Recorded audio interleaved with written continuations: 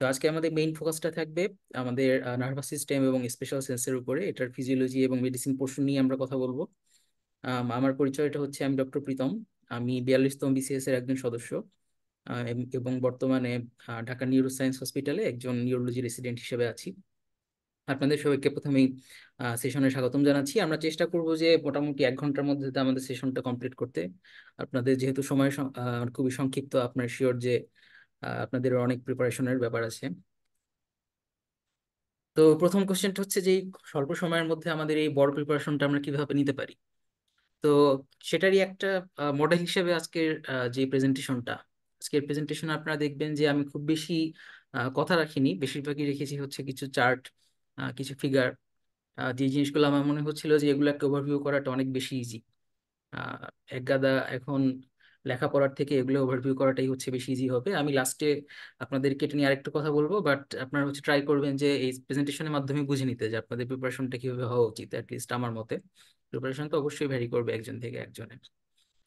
তো হচ্ছে যে আজকে আমাদের যে টপিকটা নার্ভাস সিস্টেম এবং স্পেশাল সেন্স, সেটার আপনারা যদি হচ্ছে বিসিএস এর যে সিলেবাসটা দেওয়া হয়েছে পিএসসির পক্ষ থেকে দেখেন, সেখানকার যে টপিকগুলো আমি সেগুলোর উপরই ফোকাস করেছি। কিন্তু আপনারা যদি 39 এবং 42 বিসিএস এর যে কোশ্চেন সেগুলো অ্যানালাইসিস করেন, দেখবেন হচ্ছে যে সেগুলোকে আসলে খুবই স্ট্রিক্টলি ফলো করা হয় না। এটা হচ্ছে একটা সমস্যা। তো আমরা যেরকম বলি যে জেনারেল বিসিএস এর জেনারেল পার্টের পড়ার কোনো শেষ নাই, এখন আসলে হচ্ছে মেডিকেল পার্টের ক্ষেত্রে কথাটা অনেকটা সত্য, যে মেডিকেল পার্টের ক্ষেত্রেও পড়ার হচ্ছে যে কোনো শেষ নেই। তো পড়ার যেহেতু শেষ নেই, এই জন্য পড়ার বৃথা তাই যেটা বলা হয়। তবু হচ্ছে যে আমার মনে হয় যে যারা এমবিবিএস লাইফে মোটামুটি পড়াশোনা করে এসেছেন এবং যাদের বেসিকটা যথেষ্ট স্ট্রং, তারা খুব বেশি সমস্যায় পড়বেন না। আপনাদের জাস্ট কতগুলো বেসিক ফ্যাক্টকে একটু রিক্যাপচুলেট করতে হবে। আর সেটাই হচ্ছে যে আজকের আমাদের ক্লাসের উদ্দেশ্য। তো general organization of the nervous system আপনারা সবাই জানেন যে আমরা সেন্ট্রাল এবং পেরিফেরাল নার্ভাস সিস্টেমে ভাগ করে থাকি। সেন্ট্রাল নার্ভাস সিস্টেমের মধ্যে আমাদের ব্রেইন এবং স্পাইনাল কর্ড, এবং পেরিফেরাল নার্ভাস সিস্টেমের মধ্যে আমাদের হচ্ছে ক্রেনিয়াল এবং স্পাইনাল নার্ভগুলো আছে। সেন্ট্রাল নার্ভাস সিস্টেমের যেই ব্রেন, সেটার মধ্যে হচ্ছে আমাদের গ্রে ম্যাটার থাকে, হোয়াইট ম্যাটার থাকে। আমাদের স্পাইনাল কর্ডেও সিমিলার একটা স্ট্রাকচারাল অর্গানাইজেশন থাকে। তো এগুলো হচ্ছে যে মোটামুটি আপনারা সবাই জানেন। তো এখান থেকে হচ্ছে যে এই জিনিসটাতে একটু আলাদাভাবে দেখে যাবেন যে আমাদের সিএনএস বা আমাদের নার্ভাস সিস্টেমের যে ডেভেলপমেন্টাল অরিজিন, সেটা তো একটু ডাম থেকে আপনারা সবাই জানেন। এবং আমাদের যেই ব্রেনের ফর্মেশনটা, সেটা হচ্ছে একটা আমাদের ব্রেইনের যেই ফিজিক্যাল ভেসিকল গুলো থাকে সেগুলো থেকে হয়। আমাদের কিছু প্রাইমারি ব্রেন ভেসিকল থাকে, সেখান থেকে সেকেন্ডারি ব্রেন ভেসিকল তৈরি হয়। আপনারা জানেন যে আমাদের প্রাইমারি ব্রেন ভেসিকল হচ্ছে তিনটা: কোসেনসেফালন, মেসেনসেফালন এবং হচ্ছে রম্বেনসেফালন।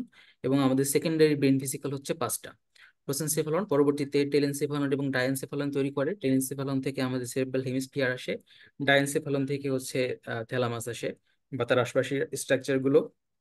মেসেনসেফালন হচ্ছে মিড ব্রেন, আর রম্বেনসেফালন, মেটেনসেফালন, মাইলেনসেফালন ভাবে ভাগ করা হয়। মাইলো যেহেতু মেডুলার সাথে অনেকটা মিলে, রাইম করে, এই জন্য হচ্ছে মাইলেনসেফালন থেকে আসে মেডুলা অবলাঙ্কাটা, মেটেনসেফালন থেকে আসে হচ্ছে আমাদের পন্স এবং সেরেবেলাম।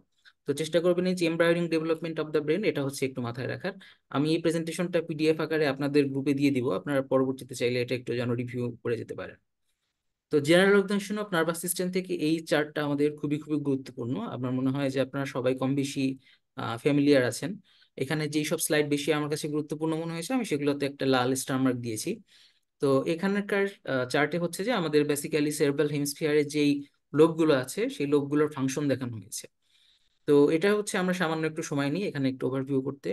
আমাদের যে ফ্রন্টাল লোব আছে, আপনারা জানেন যে ফ্রন্টাল লোবটা হচ্ছে যে আমাদের যারা হচ্ছে যে ম্যামালদের মধ্যে হিউম্যান বিংস এর ক্ষেত্রে সবচেয়ে বড়, কারণ হচ্ছে যে এখানে আমাদের জাজমেন্টাল, আমাদের ইন্টেলেকচুয়াল নানা রকম ফাংশন এগুলো এখান থেকেই হচ্ছে যে তৈরি হয়। তো এটার ফাংশন গুলো হচ্ছে খুবই important: personality, emotional control, social behaviour, language ইত্যাদি। এবং যখন হচ্ছে যে ফ্রন্টাল লোবে কোনো সমস্যা হয়, তখন হচ্ছে যে আমরা ফ্রন্টাল রিলিজ সাইনগুলো পাই, অর্থাৎ যেই সাইনগুলো আমাদের একদম পিচ্চিকালে ছিল, ছোট অবস্থায় ছিল, সেগুলো তখন নতুন ভাবে আবার অ্যারেস্ট করে, কারণ আমাদের ফ্রন্টাল ইনহিবিশনটা থাকে না। আর সেকেন্ডলি হচ্ছে আমাদের প্যারাইটালের ভিতরে ডোমিনেন্ট এবং নন ডোমিনেন্ট ফাংশনটা আছে। তো আপনার হচ্ছে যে প্যারাইটালের ডোমিনেন্টের ফাংশন দেখবেন হচ্ছে ল্যাঙ্গুয়েজ এবং ক্যালকুলেশন। এবং ল্যাঙ্গুয়েজের সাথে অ্যাসোসিয়েটেড যে সকল ফাংশন, যখন প্যারাইটাল লোবের ডোমিনেন্ট লোবের সমস্যা হবে, তখন সেগুলো অ্যারাইজ করবে: ডিসফেসিয়া, অর্থাৎ হচ্ছে যে কথা বলার সমস্যা; acalculia, problem with calculation; dyslexia, apraxia, পড়তে পারার সমস্যা; কমপ্লেক্স কাজ করার সমস্যা; অ্যাগনোসিয়া, এসব থাকবে। আর প্যারাইটাল নন ডোমিনেন্ট লোবের ক্ষেত্রে আমাদের মেইন কাজটা হচ্ছে যে স্পেশিয়াল ওরিয়েন্টেশন এবং কনস্ট্রাকশনাল স্কিল। অর্থাৎ হচ্ছে যে আমাদের 3D ওরিয়েন্টেশন যেটা, সেটা হচ্ছে যে আমাদের এখানে প্রবলেম হবে যদি এখানে কোনো ডিসফাংশন হয়, কোনো লেশন হয়। এবং আমাদের যে কনস্ট্রাকশনাল স্কিল সেখানে সমস্যা হবে, তখন একটা কনস্ট্রাকশনাল অ্যাপ্রাক্সিয়া ডেভেলপ করে। আপনারা জানেন যে অনেক সময় আমরা পেশেন্টদেরকে একটা স্টার রাখতে দিই, তো দেখা যায় তারা পারে না। ড্রেসিং অ্যাপ্রাক্সিয়া অর্থাৎ হচ্ছে তারা সুন্দরভাবে একটা বোতাম লাগিয়ে একটা জামা পরতে পারবে না। এসব সমস্যা হচ্ছে যে অ্যারাইজ করে। টেম্পোরাল ডোমিনেন্ট এবং হচ্ছে নন ডোমিনেন্ট। তো আপনারা দেখবেন যে টেম্পোরালের কথাটার মধ্যে যেহেতু টেম্পো আছে, টেম্পো কথাটা হচ্ছে যে অডিওর সাথে রিলেটেড, তাই না? অডিওতে বা মিউজিকে হচ্ছে আমরা টেম্পো শুনে থাকি, টেম্পো বাড়ে কমে ইত্যাদি। তো টেম্পোরালের সাথে দেখবেন যে দুই টেম্পোরালি হচ্ছে অডিটরি পারসেপশনের সাথে একটা ব্যাপার আছে। আর ডোমিনেন্টে হচ্ছে যে ল্যাঙ্গুয়েজ এবং ভার্বাল মেমোরি, এটা হচ্ছে এটা। নন ডোমিনেন্টে হচ্ছে যে নন নন নন ভার্বাল মেমোরি, নন ডোমিনেন্টে নন ভার্বাল। আর আমরা বেসিক্যালি টেম্পোরাল ডোমিনেন্টে হচ্ছে যে আমাদের ডোমিনেন্ট লাইফের প্রতিদিনকার যে সকল কাজ, অর্থাৎ কথা বলা, ল্যাঙ্গুয়েজ এর সাথে associated musical, melody, pitch perception, এগুলো যেহেতু আমরা প্রতিদিন সবসময় ইউজ করি না, এটা নন ডোমিনেন্টে চলে যাবে। এভাবে আমরা মনে রাখতে পারি। তো টেম্পোরাল ডোমিনেন্টের ক্ষেত্রে হচ্ছে যে যেহেতু ল্যাঙ্গুয়েজের সমস্যা হলে ডিসলেক্সিয়া ডেভেলপ করবে, আমার রিসেপটিভ অ্যাফাসিয়া থাকবে, বার্নিকেস অ্যাফাসিয়া যেটা আপনারা জানেন। আর হচ্ছে যে নন ডোমিনেন্টের ক্ষেত্রে যেহেতু বললাম এটা মিউজিকের সাথে রিলেটেড, এটা এখানে হচ্ছে ইম্পেয়ার্ড মিউজিক্যাল স্কিল এগুলো ডেভেলপ করে। আর এখানে হচ্ছে যে এখান থেকে আরেকটা কোশ্চেন বেশ কমনলি আসে, সেটা হচ্ছে যে ভিজুয়াল প্রবলেম কোনটা। আপনারা যখন হচ্ছে যে আমরা হচ্ছে যে এটা পড়বো, ভিজুয়াল পাথওয়েটা পড়বো, তখন সেটা হচ্ছে নিয়ে একটু কথা বলবো। যখন হচ্ছে আমার প্যারাইটাল লোবে কোনো সমস্যা হয়, আমরা হচ্ছে যে দেখি তখন আমাদের পেশেন্টদের ফোকাল সিজার ডেভেলপ করে, ঠিক আছে, ফোকাল সেন্সরি সিজার ডেভেলপ করে। আর টেম্পোরালের ক্ষেত্রে কমপ্লেক্স সিজার ডেভেলপ করে বা কমপ্লেক্স হ্যালুসিনেশন ডেভেলপ করে।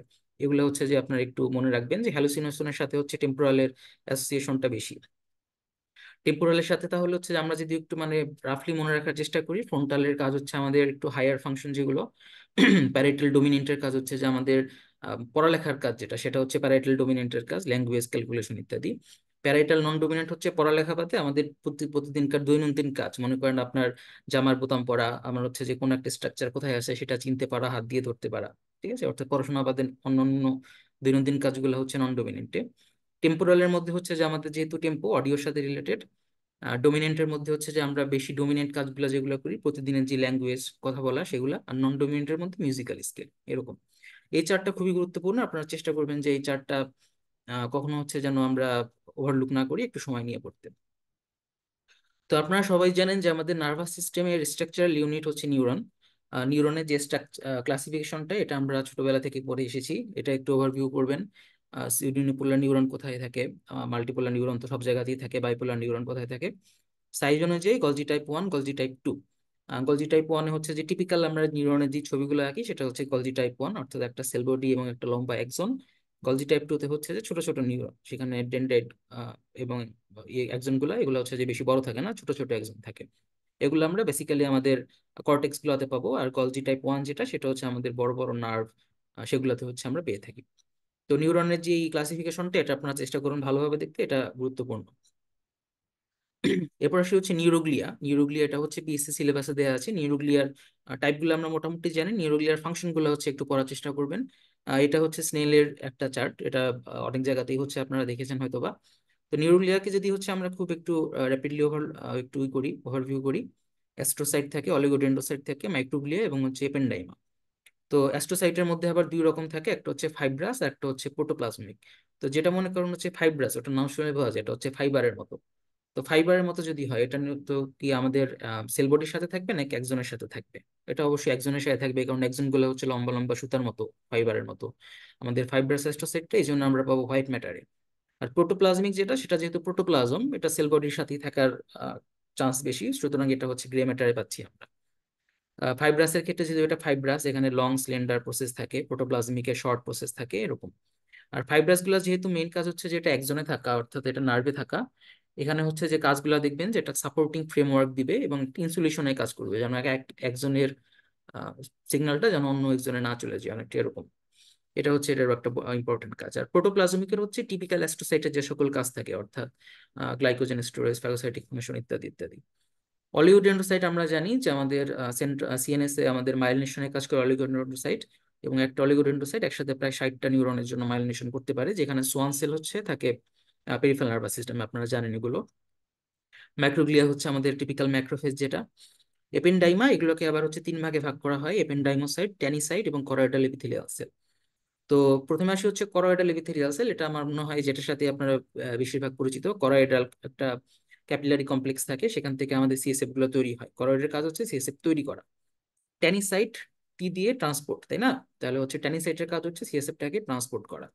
আর এপিডের্মিসাইট এটা হচ্ছে যে বেসিক্যালি তাহলে তৈরি হলো, ট্রান্সপোর্ট হলো, তারপর কি কেউ না কেউ তো এটা অ্যাবজর্ব করতে হবে, তাই না? এটার কাজ হচ্ছে এটা অ্যাবজর্পশন, সার্কুলেশন ইত্যাদি।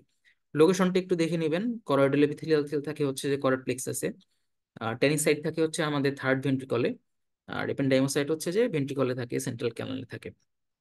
এই চারটা খুবই গুরুত্বপূর্ণ, এই জন্য একটা স্টার মার্ক দেওয়া আছে এখানে। অটোনমিক নার্ভাস সিস্টেম নিয়ে আসলে অনেক কথা বলা যায়, তো আমরা অত কিছুর ভেতরে যাচ্ছি না। আপনারা একটা জিনিস মনে রাখবেন যে আপনারা যদি আগের বিসিএস এর কোশ্চেন গুলো দেখেন, স্পেশাল বিসিএস এর, এখানে সুপারফিশিয়াল কোশ্চেন হওয়ার সম্ভাবনাই বেশি, অর্থাৎ আপনাকে খুব ডিপে যেয়ে কোনো কোশ্চেন করবেন। তো আপনারা বেসিক্যালি এতদিন এমবিবিএস লাইফে যে সকল কনসেপ্টের সাথে পরিচিত হয়ে আছেন, আমার ধারণা সেখান থেকেই আপনাদের কোশ্চেন বেশি করবে। ইম্পর্টেন্ট ব্যাপারটা হচ্ছে যে ঠান্ডা মাথায় অ্যান্সারটা করে আসা। তো এই জন্য হচ্ছে যেমন আমার যে স্ট্র্যাটেজি ছিল, বা হচ্ছে যে অনেকেই যেটা ফলো করে, সেটা হচ্ছে যে ফার্স্টে যে হচ্ছে মেডিকেল পার্টটা দেখানো, কারণ মেডিকেল পার্টটা হচ্ছে কনসেপচুয়াল পার্ট। কনসেপচুয়াল পার্ট একটু আপনি ঠান্ডা মাথায় চিন্তা ভাবনা করলে আপনি সঠিক অ্যান্সারটা বের করে আসতে পারবেন। তো দেখা যায় আপনার এই জন্য একটু সময় প্রয়োজন হয়, এই জন্য আপনি যদি প্রথম দিকেও ট্রান্সফার করেন, তারপর হচ্ছে যে আপনি যে জিনিসগুলো আপনার মুখস্থ, ওগুলো তো আপনি দেখলে বুঝবেন যে এই কোশ্চেনটা আমি দেখেছি কিনা। যদি আমি দেখি তাহলে হয়তো বা পারবো, আর যদি একদমই নতুন একটা কোশ্চেন হয় যেটা আমি জীবনে দেখিনি, সেটা তো অ্যাটেম্প করে লাভ নেই, তাই না? তো অনেকে হচ্ছে যে এরকম করে যে আপনার প্রথমে হচ্ছে মেডিকেল পার্ট অ্যান্সার করে, পরে জেনারেল পার্ট অ্যান্সার করে। তো সেটা হচ্ছে যে আপনাদের পার্সোনাল ব্যাপার, বাট যেটা ইম্পর্টেন্ট যে আপনার একটু ঠিক করে যাবেন যে আমি কি করবো, ফার্স্টে কি আমি জেনারেল পার্ট অ্যান্সার করবো নাকি মেডিকেল পার্ট অ্যান্সার করবো, কারণ আদারওয়াইজ হ্যাফ হয়ে গেলে সমস্যা। সিম্প্যাথেটিক এবং প্যারাসিম্প্যাথেটিকের পার্থক্য আমরা সবাই মোটামুটি জানি। সিম্প্যাথেটিককে থোরাকোলাম্বার বলা হয়, আর প্যারাসিম্প্যাথেটিককে ক্রেনিওস্যাক্রাল বলা হয়। কোন কোন ক্রেনিয়াল নার্ভে হচ্ছে আমার প্যারাসিম্প্যাথেটিক কম্পোনেন্ট থাকে, প্রিগ্যাংলিওনিক, পোস্টগ্যাংলিওনিক ফাইবার, এগুলো সবাই মোটামুটি জানেন।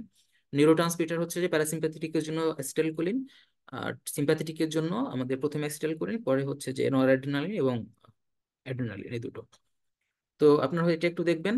আর রিফ্লেক্স নিয়ে হচ্ছে দেখলাম যে পিএসসি তো ওরা আলাদাভাবে বলে রেখেছে, তো রিফ্লেক্স নিয়ে একটু আমাদের পড়াশোনা করতে হবে। রিফ্লেক্স কি জিনিস আমরা সবাই মোটামুটি ওরিয়েন্টেড।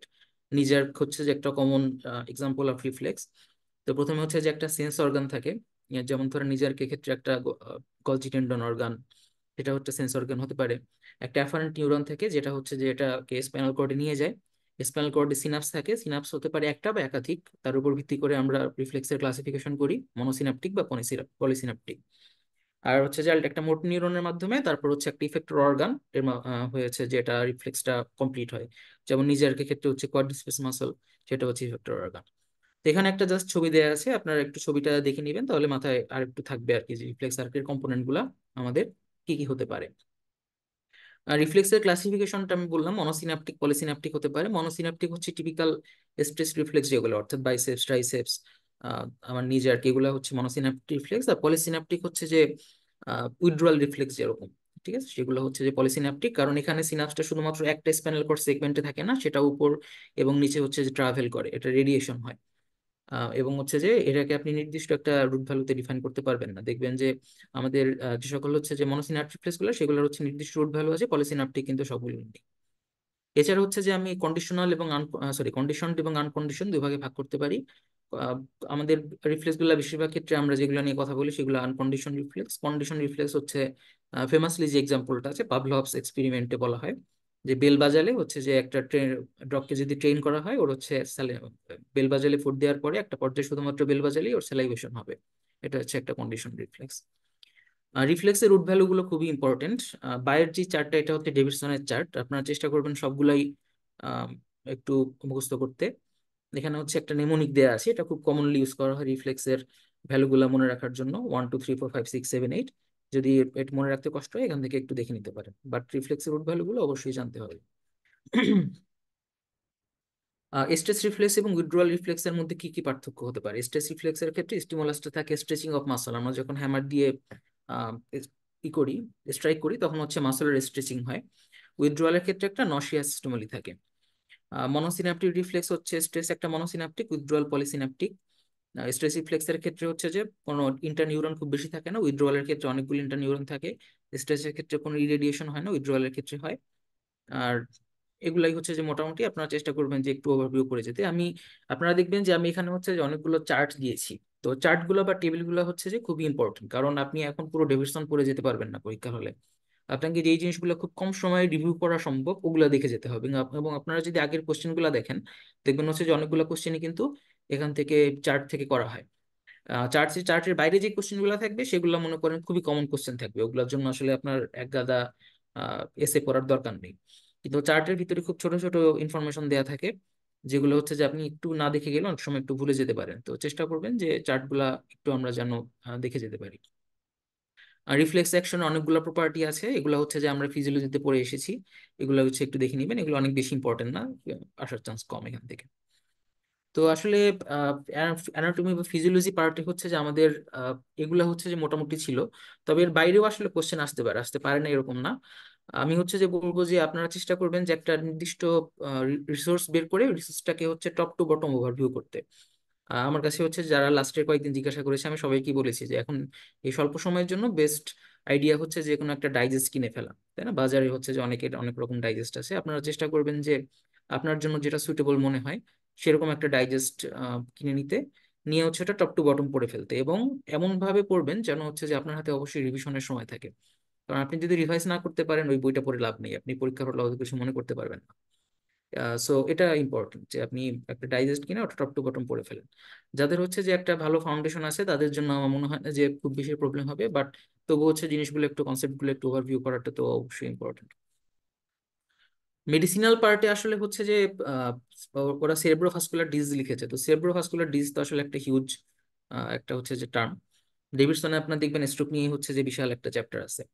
সো এখান থেকে আসলে সবকিছু করা সম্ভব নয়। এখানে ফার্স্টে হচ্ছে যে আমরা স্ট্রোকের একটা পেশেন্ট অ্যাসেসমেন্ট কিভাবে করি সেটা নিয়ে বলা হয়েছে। এখানে আমি খুব বেশি কিছু বলবো না পড়তে, এটা জাস্ট একটু রিডিং দিতে পারেন। এখানে একটা স্কেলের নাম আছে Rosier scale, recognition of stroke in the emergency room. সেটা হচ্ছে এটা ফুল ফর্ম। আর স্ট্রোকের হচ্ছে যে টিপিক্যাল যে সকল ইয়ে থাকে আপনার, যে সকল ফিচার থাকে সেগুলো আপনারা জানেন, যেটাকে আমরা ফার্স্ট একটা নেমোনিক দিয়ে ইউজ করি। একটা ফেসিয়াল ডিভিয়েশন থাকতে পারে, এফ এ হচ্ছে ফেসিয়াল ডিভিয়েশন, এতে হচ্ছে যে আমার এফাসিয়া থাকতে পারে, কথা বলার সমস্যা, স্লারিং অফ স্পিচ এগুলো থাকতে পারে। আর হচ্ছে যে এসে হচ্ছে যে আমার কোনো এক পাশের সেন্সরি প্রবলেম থাকতে পারে, বা হচ্ছে যে প্যারাসিস থাকতে পারে, তাই না? তো এগুলা এগুলা হচ্ছে যে আমার একটা নিউমোনিক স্ট্রোক মনে রাখার জন্য। আচ্ছা, ফিজিওলজিতে হচ্ছে যে এই স্লাইডটা একটু মিস হয়ে গিয়েছে। ফিজিওলজি পোর্শনে বা অ্যানাটমি পোর্শনে আরেকটা পোর্শন ছিল হচ্ছে হাইপোথ্যালামাস। তো হাইপোথ্যালামাসের থেকে আমাদের বেশি ইম্পর্টেন্ট হচ্ছে নিউক্লিয়াস গুলা, ঠিক আছে? এটা যদি কোশ্চেন আসে এখান থেকেই আসবে যে হাইপোথ্যালামাসে কোন নিউক্লিয়াস কি করে, আদারওয়াইজ এখান থেকে ওরকম কোশ্চেন আসার মতো কিছু নাই। তো নিউক্লিয়াস নিয়ে হচ্ছে যে একটু বলবো যে আপনারা জানেন যে আমাদের দুটা নিউক্লিয়াস তো আমরা মোটামুটি হাইপোথ্যালামাসের সাথে খুব বেশি ফ্যামিলিয়ার, একটা হচ্ছে সুপ্রাঅপটিক, একটা হচ্ছে প্যারাভেন্ট্রিকুলার। সুপ্রাঅপটিক আর প্যারাভেন্ট্রিকুলারের কাজ হচ্ছে যে আমরা জানি এডিএইচ এবং অক্সিটোসিন হচ্ছে যে রিলিজ করা, যেগুলো হচ্ছে পোস্টেরিয়র পিটুইটারিতে যে স্টোর হয় সেখান থেকে রিলিজ হয়। তো এটা মোটামুটি আমরা জানি। আর বাকি নিউক্লিয়াস গুলো একটু চেষ্টা করবেন পড়তে। আমি একটু মানে আমি কিভাবে মনে রাখি সেগুলো একটু বলার চেষ্টা করবো। অ্যান্টেরিয়র নিউক্লিয়াস যেটা, এটা হচ্ছে বেসিক্যালি প্যারাসিম্প্যাথেটিক নার্ভাস সিস্টেমের জন্য দায়ী। আর পোস্টেরিয়র নিউক্লিয়াস যেটা, সেটা হচ্ছে আমার সিম্প্যাথেটিক নার্ভাস সিস্টেমের জন্য দায়ী। তো এটা হচ্ছে যে আপনি মনে রাখতে পারেন এপিএসএস একটা নেমোনিক দিয়ে, অ্যান্টেরিয়র হচ্ছে যে প্যারাসিম্প্যাথেটিক, পোস্টেরিয়র হচ্ছে সিম্প্যাথেটিক। এটা একটা অপশন হতে পারে। অ্যাপস নেমোনিক যেটা, এটা দিয়ে একটা মনে রাখার চেষ্টা করবেন যে অ্যান্টেরিয়র প্যারাসিম্প্যাথেটিক, পোস্টেরিয়র সিম্প্যাথেটিক। আর হচ্ছে দুটো নিউক্লিয়াস, মিডিয়াল এবং হচ্ছে ল্যাটারাল। তো আমি হচ্ছে যেটা মনে রাখি যে এখান থেকে যে কোশ্চেনটা আসে যে কোনটা হাঙ্গার আর কোনটা স্যাটাইটি। তো ল্যাটারালি আমার হাত দুটা যেহেতু হচ্ছে যে ল্যাটারালি থাকে, তাই না, দুই পাশে থাকে, হাত দিয়ে হচ্ছে আমরা যেহেতু খাওয়া দাওয়া করি, আমার ল্যাটারাল নিউক্লিয়াস যেটা, সেটার কাজ হচ্ছে যে খাওয়া দাওয়া করা, ইটস স্টিমুলেশন ইনডিউসেস ইটিং, লাস্টের যে পয়েন্টটা সেটা দেখবেন। আর মিডিয়ালটা হচ্ছে যেহেতু আমাদের ভিতরের দিকে হচ্ছে আমাদের পেট থাকে, তাই না, তো আমরা খাওয়া দাওয়ার পরে হচ্ছে যে ওটাই হচ্ছে যে আমাদের স্যাটাইটি দেয় আর কি। তো মিডিয়াল নিউক্লিয়াস গুলো এগুলো হচ্ছে বেসিক্যালি স্যাটাইটি বা ওবিসিটি এগুলোর জন্য হচ্ছে আমাদের দায়ী। তো এটা হচ্ছে যে একটু তাহলে আমরা মনে রাখার চেষ্টা করবো, অ্যান্টেরিয়র আর পোস্টেরিয়র নিউক্লিয়াস, অ্যাপস এপিপিএস, এটা দিয়ে মনে রাখতে পারি। Anterior parasympathetic, posterior sympathetic. Lateral nucleus হচ্ছে চিটিং এর জন্য, মিডিয়াল নিউক্লিয়াস গুলো স্যাটাইটি বা ওবেসিটির জন্য। এছাড়া হচ্ছে যে ম্যামিলারি নিউক্লিয়াস থাকে, ম্যামিলারি নিউক্লিয়াস হচ্ছে আমাদের লিম্বিক সিস্টেমের একটা পার্ট, সেটা আমরা একটু পরেই আসবো। সুপ্রাঅপটিক প্যারাভেন্ট্রিকুলার আমরা পড়ে এসেছি, আমাদের হচ্ছে এডিএইচ এবং অক্সিটোসিনের জন্য।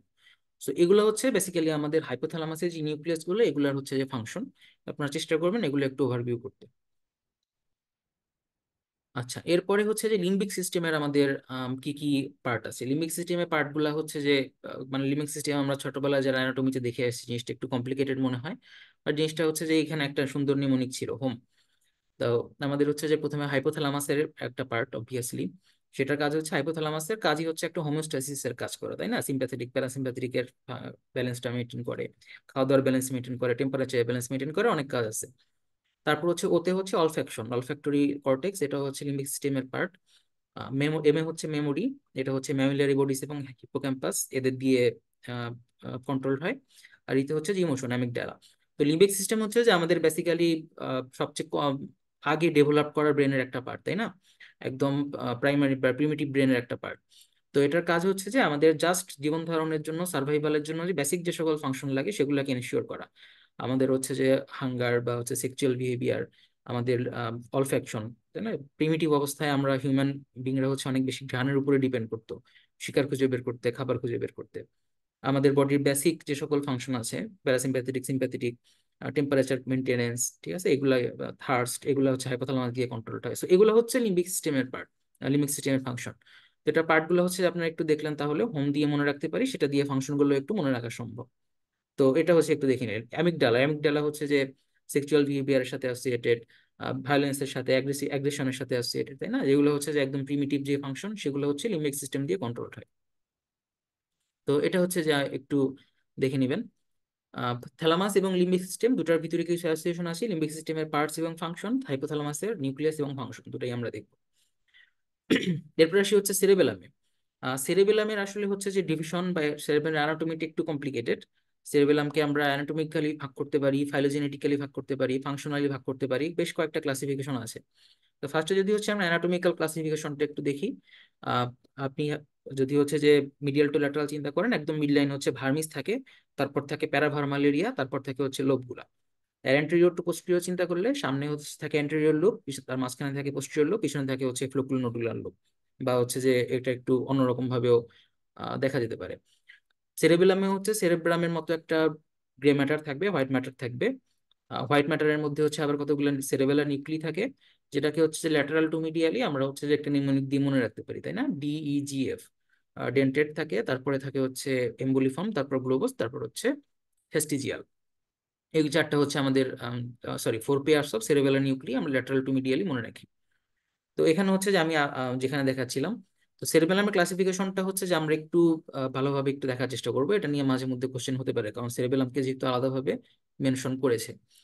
তো এই এটা হচ্ছে যে আমাদের ফাংশনাল ক্লাসিফিকেশন, অ্যানাটমিক্যাল এবং হচ্ছে ফাইলোজেনেটিক্যাল একসাথে। প্রথমে হচ্ছে ভেস্টিবুলো সেরেবেলাম। ভেস্টিবুলো সেরেবেলামটা এটা বেসিক্যালি হচ্ছে যে ফ্লোকুলোনোডুলার নোডটা যেটা দেখলেন, সেটা হচ্ছে যে আমাদের ভেস্টিবুলো সেরেবেলাম বলা হয়। এবং এটা ফাইলোজেনেটিক্যালি এটা হচ্ছে আর্কি সেরেবেলামের পার্ট, অর্থাৎ আর্কি মানে হচ্ছে কি আর্কিওলজিক্যাল, তাই না? একদম মানে সবার আগে হচ্ছে যে এই জিনিসটা ফার্স্টে তৈরি হয়েছিল। তো আমাদের সেরেবেলামের ফাংশন গুলো আমরা সবাই মোটামুটি জানি। একটা মেইন ফাংশন হচ্ছে যে এটার ভারসাম্য মেনটেন করা, তাই না? আমাদের হচ্ছে যে ব্যালেন্স মেনটেন করা। তো ফ্লোকুলোনোডাল লোবের কাজই হচ্ছে যে এটাকে ভেস্টিবুলো সেরেবেলাম বলা হয়। এটার কাজ হচ্ছে ইকুইলিব্রিয়াম এবং আই মুভমেন্টটা মেনটেন করা, ভেস্টিবুলো অকুলার রিফ্লেক্স মেনটেন করা, পার্সুট অফ আই মুভমেন্ট, এগুলো দেখা। স্পাইনো সেরেবেলাম যেটা, সেটা হচ্ছে যে ভার্মিস এবং প্যারাভার্মাল রিজিয়ন দিয়ে তৈরি, যদি আমরা অ্যানাটমিক্যালি চিন্তা করি। আর ফাইলোজেনেটিক্যাল এটা হচ্ছে প্যালিও সেরেবেলাম, অর্থাৎ ধরেন হচ্ছে যে এটা ভেস্টিবুলার ফাংশন অ্যারেজ করার তারপরে আসে, কারণ ফার্স্টে তো আপনার হচ্ছে যে একটু মানে দাঁড়াতে হবে, এরপরে সে না আপনি হচ্ছে যে হাত পা দিয়ে কাজকর্ম করবেন, তাই না? তো আমাদের ভার্মিসটা হচ্ছে, যেহেতু ভার্মিসটা একদম মিড লাইনে থাকে, ভার্মিসের কাজ হচ্ছে আমাদের মিড লাইনের যে বডি অর্থাৎ ট্রাঙ্কের ব্যালেন্সটা ঠিক রাখা। প্যারাভার্মাল যেহেতু দুই পাশে থাকে, ভার্মিসের দুই সাইডে, এটার কাজ হচ্ছে লিম্ব, হাত পা, এটার আহ, আহ, যে মুভমেন্টের ফাইন টিউনিং, সেটাকে হচ্ছে যে ঠিকঠাক রাখা। এই স্পাইনোসেরেবেলাম এটাকে আরেকটা বলা হয় কম্পারেটর। কম্পারেটর মানে হচ্ছে যে আপনার প্রিভিয়াস একটা মুভমেন্টকে সাথে হচ্ছে যে নতুন একটা মুভমেন্ট কম্পেয়ার করে ওটার সাথে আমরা এটার ইয়ে করি, ট্রায়াল অ্যান্ড এররের মাধ্যমে এটার ফাইন টিউনিং করি, এটাই। আর সবচেয়ে ল্যাটারাল যে পার্টটা, এটা হচ্ছে সবচেয়ে লাস্টে ডেভেলপ করেছে, এটাকে বলা হয় সেরেব্রো সেরেবেলাম। সেরেব্রো কথাটা মানে যেহেতু সেরেব্রামের সাথে অ্যাসোসিয়েটেড, আপনারা জানেন যে ব্রেনের হচ্ছে যে স্ট্রাকচারটা, আমাদের নিচের দিকে ব্রেন স্টেম থাকে। ব্রেন স্টেমের কাজ হচ্ছে আমাদের বডির বেসিক ফাংশন গুলো মেনটেন করা, তাই না?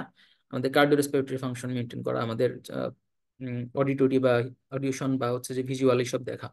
এরপরে হচ্ছে যে আমাদের যে সেরেব্রাম, সেখানে হচ্ছে আমাদের ফ্রন্টাল লোব আমাদের হায়ার ফাংশন গুলা, প্যারাইটাল হচ্ছে সেন্সরি ফাংশন গুলা দেখে এরকম। তো আমার সেরেব্রো সেরেবেলামটা হচ্ছে তাহলে সবচেয়ে লাস্টে ডেভেলপ করেছে। এটা হচ্ছে সবচেয়ে ল্যাটারাল পার্ট, এবং এই জন্য এটাকে ফাইলোজেনেটিক বলা হয়, নিও সেরেবেলাম নতুন। এটা হচ্ছে যে একদম ফাইন, আরো হচ্ছে যে ফাইন টিউনিং করে, এখান থেকে হচ্ছে যে অ্যাপারেন্টিফায়ার নানা রকম ইয়ে থাকে। তো ক্লাসিফিকেশনটা একটু ইম্পর্টেন্ট, ফাংশনাল ক্লাসিফিকেশনই ফাংশনালি তিন ভাগে ভাগ করতে পারি: ভেস্টিবুলো, স্পাইনো, সেরেব্রো। অ্যানাটমিক্যালি হচ্ছে আলাদা আলাদা পার্ট নিয়ে তৈরি হয়। ফ্লোকুলার নোডুলার লোব হচ্ছে ভেস্টিবুলারের পার্ট, ভার্মিস প্যারাভার্মিস হচ্ছে স্পাইনোর পার্ট, আর ল্যাটারাল পোর্শনটা হচ্ছে যে নিও সেরেব্রো সেরেবেলামের পার্ট। আর ফাইলোজেনেটিক্যালি আর্কি সেরেবেলাম, এলিও সেরেবেলাম এবং হচ্ছে নিও সেরেবেলাম। আচ্ছা, এরপরে হচ্ছে যে সেরেবেলার পেডাঙ্কল থাকে কিছু, সুপিরিয়র, মিডল, ইনফেরিয়র, এগুলা নিয়ে খুব বেশি পড়া দরকার নেই। সুপিরিয়র, মিডল, ইনফেরিয়র উপর থেকে নিচে, মিড ব্রেন, পন্স এবং মেডুলার সাথে কানেক্টেড। সুপিরিয়রটা হচ্ছে যে আমার ইফারেন্ট, মিডল এবং ইনফেরিয়রটা হচ্ছে অ্যাফারেন্ট। এখান থেকে খুব বেশি কিছু আর বেশি পড়ার দরকার নেই। আচ্ছা, এখন হচ্ছে আসি হচ্ছে স্পেশাল সেন্স। স্পেশাল সেন্স থেকে আপনাদের এই কয়টা টপিক হচ্ছে যে দেয়া হয়েছে। আম, প্রথমে হচ্ছে যে ভিজুয়াল পাথওয়ে খুবই ইম্পর্টেন্ট, এটা হচ্ছে যে কোনোভাবেই বাদ দিবেন না, আপনার চেষ্টা করবেন হচ্ছে যে ভালোভাবে একবার দুবার হলেও দেখে যেতে। ভিজুয়াল পার্টের কোন জায়গায় কোন প্রবলেম হলে কোন লেশনটা ডেভেলপ করে, এটা নিয়ে কোশ্চেন আসার প্রচুর সম্ভাবনা আছে। আপনারা জানেন যে যে কোনো প্রথমে যদি অপটিক নার্ভ যায় তাহলে ওই চোখের পুরোপুরি কমপ্লিট ব্লাইন্ডনেস পাবো। পিছনে যদি যে যদি হচ্ছে কায়াজমাতে কি হয়?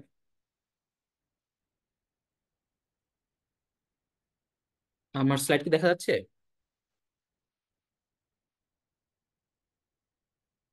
হ্যালো? যাচ্ছিল তো তুমি ছিল এখন দেখা তুমি যাচ্ছে ভাইয়া? যাচ্ছে ফুল স্ক্রিন করে দাও, হ্যাঁ, it's okay. Okay okay. Sorry, তো হচ্ছে যেটা বলছিলাম যে কায়াজমাতে হচ্ছে যে আপনারা জানেন যে আমাদের ন্যাজাল ফাইবার গুলো ক্রস করে, ন্যাজাল ফাইবার গুলো হচ্ছে যে টেম্পোরাল দিক থেকে আমাদের ইনফরমেশন গুলো আনে। তো ন্যাজাল ফাইবার যখন লস হবে আমার বাইটেম্পোরাল হেমিঅনপিয়া ডেভেলপ করবে। কায়াজমার পিছনে যখন অপটিক ট্রাক তৈরি হবে তখনই হচ্ছে যে আমি আহ, তখনই হচ্ছে আমি হোমোনিমাস লেশন গুলা পাবো। কেমন?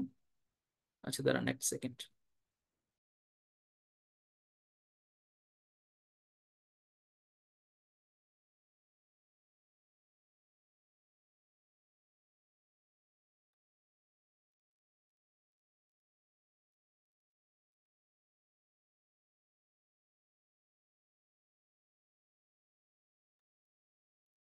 সো যেটা হচ্ছে বলছিলাম যে আমরা যখনই হচ্ছে যে অপটিক ট্র্যাক শুরু করব তখনই হচ্ছে আমি হোমোনিমাস পাবো। যদি লেফট সাইডে কোনো লেশন হয় আমার রাইট সাইডের হচ্ছে হোমোনিমাস হেমিওনোপিয়া থাকবে, রাইট সাইডে যদি লেশন হয় লেফট সাইডের হোমোনিমাস হেমিওনোপিয়া থাকবে।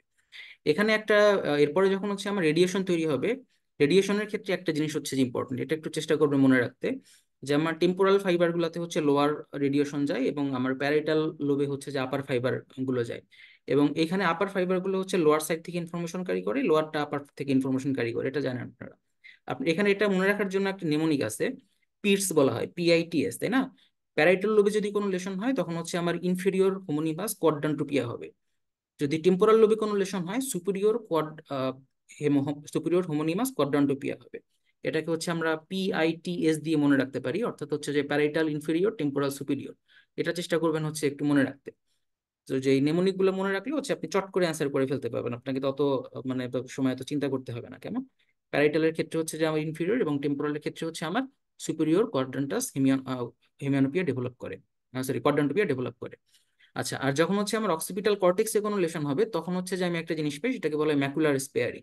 আপনারা জানেন যে অক্সিপিটাল লোবের ওই অংশটাতে হচ্ছে আমার ডুয়াল ব্লাড সাপ্লাই থাকে, ম্যাকুলার যেখানে ফাংশন যেটা, এই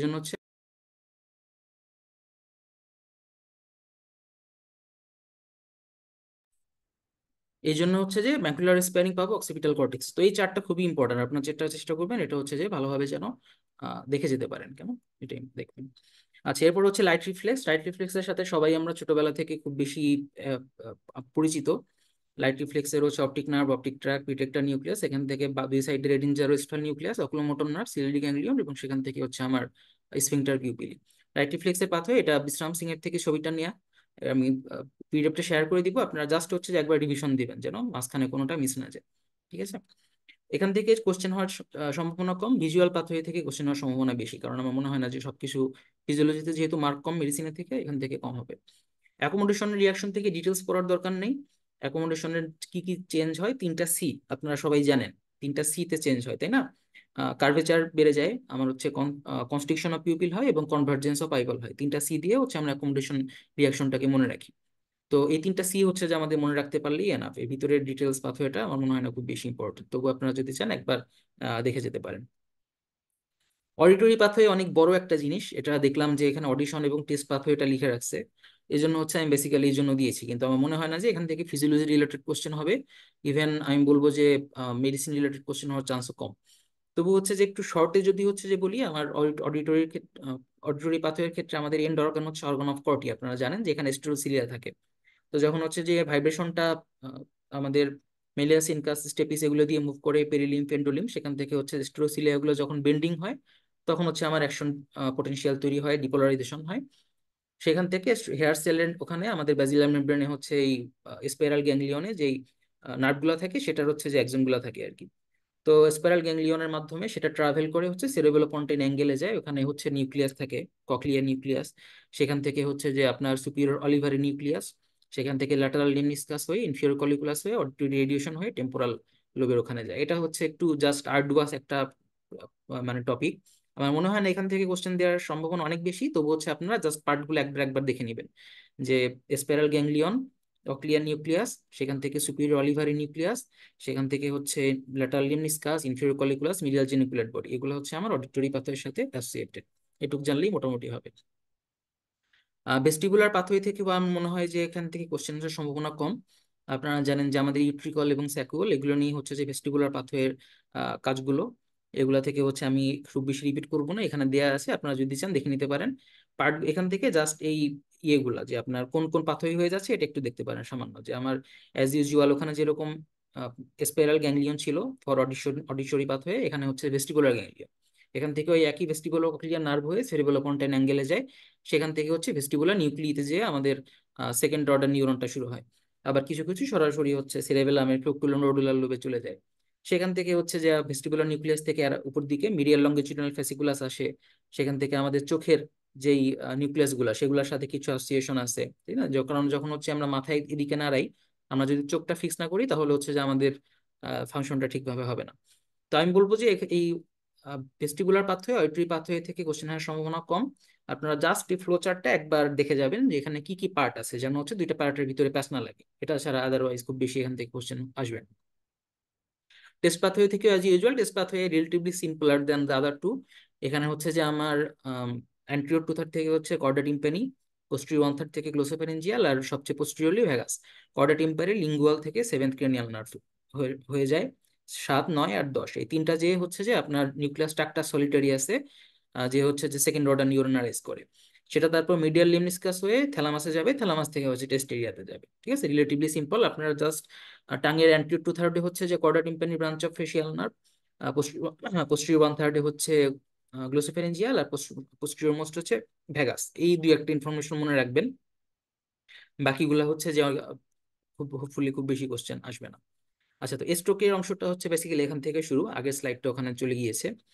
তো স্ট্রোকের ভিতর থেকে আসলে যেটা বলছিলাম যে অনেক কিছুই আসতে পারে, বাট আমরা হচ্ছে যে একটু লিমিটেড ওয়েতে পড়বো। এই এটা হচ্ছে যে স্ট্রোকের একদম প্রথম দিকের একটা ক্লাসিফিকেশন, তাই না? বেশিরভাগ ক্ষেত্রে 99% হচ্ছে আমাদের আর্টারিয়াল স্ট্রোক, 1% হচ্ছে ভেনাস স্ট্রোক। আর আর্টেরিয়ালের মধ্যে 85% হচ্ছে ইসকেমিক স্ট্রোক, মাত্র 15% হচ্ছে হেমোরোজিক স্ট্রোক। এইটুকু হচ্ছে যে একটু মোটামুটি মনে রাখার চেষ্টা করবেন, 85-15 এই পার্সেন্টেজটা, এখান থেকে আদারওয়াইজ কোশ্চেন আসার সম্ভাবনা একটু কম। স্টোরের এই রিস্ক ফ্যাক্টর গুলো আমরা সবাই মোটামুটি জানি, তাই না? আমাদের কতগুলো হচ্ছে মডিফাইবল রিস্ক ফ্যাক্টর আছে, কতগুলো নন মডিফাইবল রিস্ক ফ্যাক্টর আছে। এখান থেকে কোশ্চেন আসতে পারে যে আমাদের ধরুন হচ্ছে স্মোকিং কি একটা মডিফাইবল রিস্ক ফ্যাক্টর নাকি একটা নন মডিফাইবল? অবশ্যই একটা মডিফাইবল রিস্ক ফ্যাক্টর। আহ কারো তারপর হচ্ছে যে এজ, সেক্স, এগুলো হচ্ছে নন মডিফাইবল রিস্ক ফ্যাক্টর এরকম। আর ইন্টারসেরেব্রাল হেমোরেজের ক্ষেত্রে কতগুলো রিস্ক ফ্যাক্টর আছে, সেগুলো হচ্ছে একটু ইসকেমিকের থেকে different. Complex small vessel disease, amyloid angiopathy, impaired blood clotting. কারো যদি হচ্ছে যে হেমোরেজিক টেন্ডেন্সি থাকে, তার হচ্ছে হেমোরেজিক রিস্ক হওয়ার, হেমোরেজিক স্ট্রোক হওয়ার চান্স অনেক বেশি, তাই না? কারো যদি হচ্ছে যে কোনো ভাস্কুলার অ্যানোমালি থাকে, আর্টেরিওভেনাস ম্যালফরমেশন বা ক্যাভার্নাস হেমানজিওমা, যে ভেসেল গুলো খুব বেশি, ভেসকুলার ভেসেল ওয়াল গুলো খুব বেশি স্ট্রং না, সেগুলো তখন ফেটে যেয়ে হেমোরেজিক স্ট্রোক হবে। কারো যদি সাবস্টেন্স মিসইউজ থাকে, সেক্ষেত্রে হতে পারে। তো এগুলো হচ্ছে যে একটু দেখে নিবেন। বাইরের চারটা বেশি ইম্পর্টেন্ট, এই জন্য ওখানে একটা স্টার মার্ক দেওয়া আছে। কিছু স্ট্রোক মিমিক আছে, এগুলো হচ্ছে যে আপনারা চাইলে একটু দেখতে পারেন। আর কিছু আছে স্ট্রাকচারাল, কিছু আছে ফাংশনাল। এগুলো খুব বেশি ইম্পর্টেন্ট মনে হয় না, তবুও জাস্ট একটু, যেহেতু আমাদের ডেভিডসনে আছে, ডেভিডসনের চার্ট গুলো হচ্ছে যে আমরা বাদ দেওয়ার চেষ্টা না করবো। স্ট্রাকচারাল স্ট্রোক মিমিকের মধ্যে হচ্ছে আমাদের ম্যালিগন্যান্সি হতে পারে, আহ কোনো এক্সট্রাডুরাল অথবা সাবডুরাল হেমাটোমা হতে পারে, যে হঠাৎ করে পেশেন্ট হচ্ছে অজ্ঞান হয়ে গেল, তাই না, বমি করলো, আপনার মনে হতে পারে যে এটা হিমোরেজিক স্ট্রোক কিনা। ইভেন হচ্ছে যে যদি হেমাটোমা থাকে অনেক সময় আপনার কিছু লোকালাইজিং ফিচারও থাকতে পারে। তারপর হচ্ছে ডিমাইলেশন বা সেরেব্রাল অ্যাবসেস, এগুলো হচ্ছে যে কিছু ইক্সল টাইপের লেশন, যেগুলো ইন্টারক্রেনিয়াল স্পেস অকুপাইং লেশন, সেগুলো একটা স্ট্রাকচারাল স্ট্রোক মিমিক হিসেবে প্রেজেন্ট করতে পারে। আর কিছু আছে হচ্ছে ফাংশনাল স্ট্রোক মিমিক, অর্থাৎ এখানে অ্যানাটমিক্যাল কোনো প্রবলেম নাই within the CNS, within the brain, কিন্তু হচ্ছে যে আপনি ফাংশনালি হচ্ছে দেখবেন যে ওটা স্ট্রোকের মধ্যে প্রেজেন্টেশন, একটা পেশেন্ট হাইপোগ্লাইসেমিক, তাই না, হচ্ছে সে কোনো রেসপন্ড করছে না, ওটাকে দেখে মনে হতে পারে। আপনার হচ্ছে যে টর্স প্যারালিসিস আফটার এপিলেপটিক সিজার, পেশেন্টের কোনো এক পাশের হচ্ছে যে একটু উইকনেস ডেভেলপ করছে, আপনার মনে হতে পারে এটা স্ট্রোক, কিন্তু এটা একটা ডিসিজারের পরে হতে পারে, জিটিসিএস এর পরে হতে পারে, এরকম। কনভার্সন ডিসঅর্ডার, পেশেন্ট হচ্ছে যে একজন পেশেন্ট আসছে যে তার হচ্ছে যে এক সপ্তাহ ধরে তার ডান পা নাড়াতে কষ্ট হচ্ছে, সে ডান পায়ে হচ্ছে যে খুব দুর্বল ফিল করছে, তখন হচ্ছে যে আপনার মনে হতে পারে যে এটা স্ট্রোক কিনা, কিন্তু তখন হচ্ছে যে এটা, কিন্তু এটা ফাংশনাল হতে পারে, আমরা তখন একটা টেস্ট করি, হুবার্স টেস্ট করে ফাংশনাল এবং অ্যানাটমিক্যাল এটা আলাদা করা যায়। তো স্ট্রোক এবং স্ট্রোক মিমিকের পার্থক্যটা একটু দেখে নেবেন, এটা খুব বেশি ইম্পর্টেন্ট না একবার দেখার জন্য। এই চার্টটা হচ্ছে যে আসলে ডেভিডসনে দেয়া আছে, এই জন্যই দেয়া, এখান থেকে কোশ্চেন আসার সম্ভাবনা 50-50। আমাদের হচ্ছে যে স্ট্রোকের কিছু ক্লাসিফিকেশন আছে, কোন জায়গার প্যাথোলজি গেলে, কোন জায়গার ব্লাড সাপ্লাই ইনভলভ হলে কোন জায়গার স্ট্রোক হয়। যেমন ধরেন যদি হচ্ছে আমার পোস্টেরিয়র সার্কুলেশন স্ট্রোক যেটাকে বলি, পোস্টেরিয়রলি হচ্ছে আমার কি থাকে, ভিজুয়াল এরিয়া, তাই না, তো আমি সেক্ষেত্রে হচ্ছে ভিজুয়াল প্রবলেম পাবো অবভিয়াসলি। আমি পোস্টেরিয়রলি কি থাকে, সেরেবেলাম, আমি সেরেবেলার ফিচার পাবো যদি পোস্টেরিয়র সার্কুলার স্ট্রোক হয়।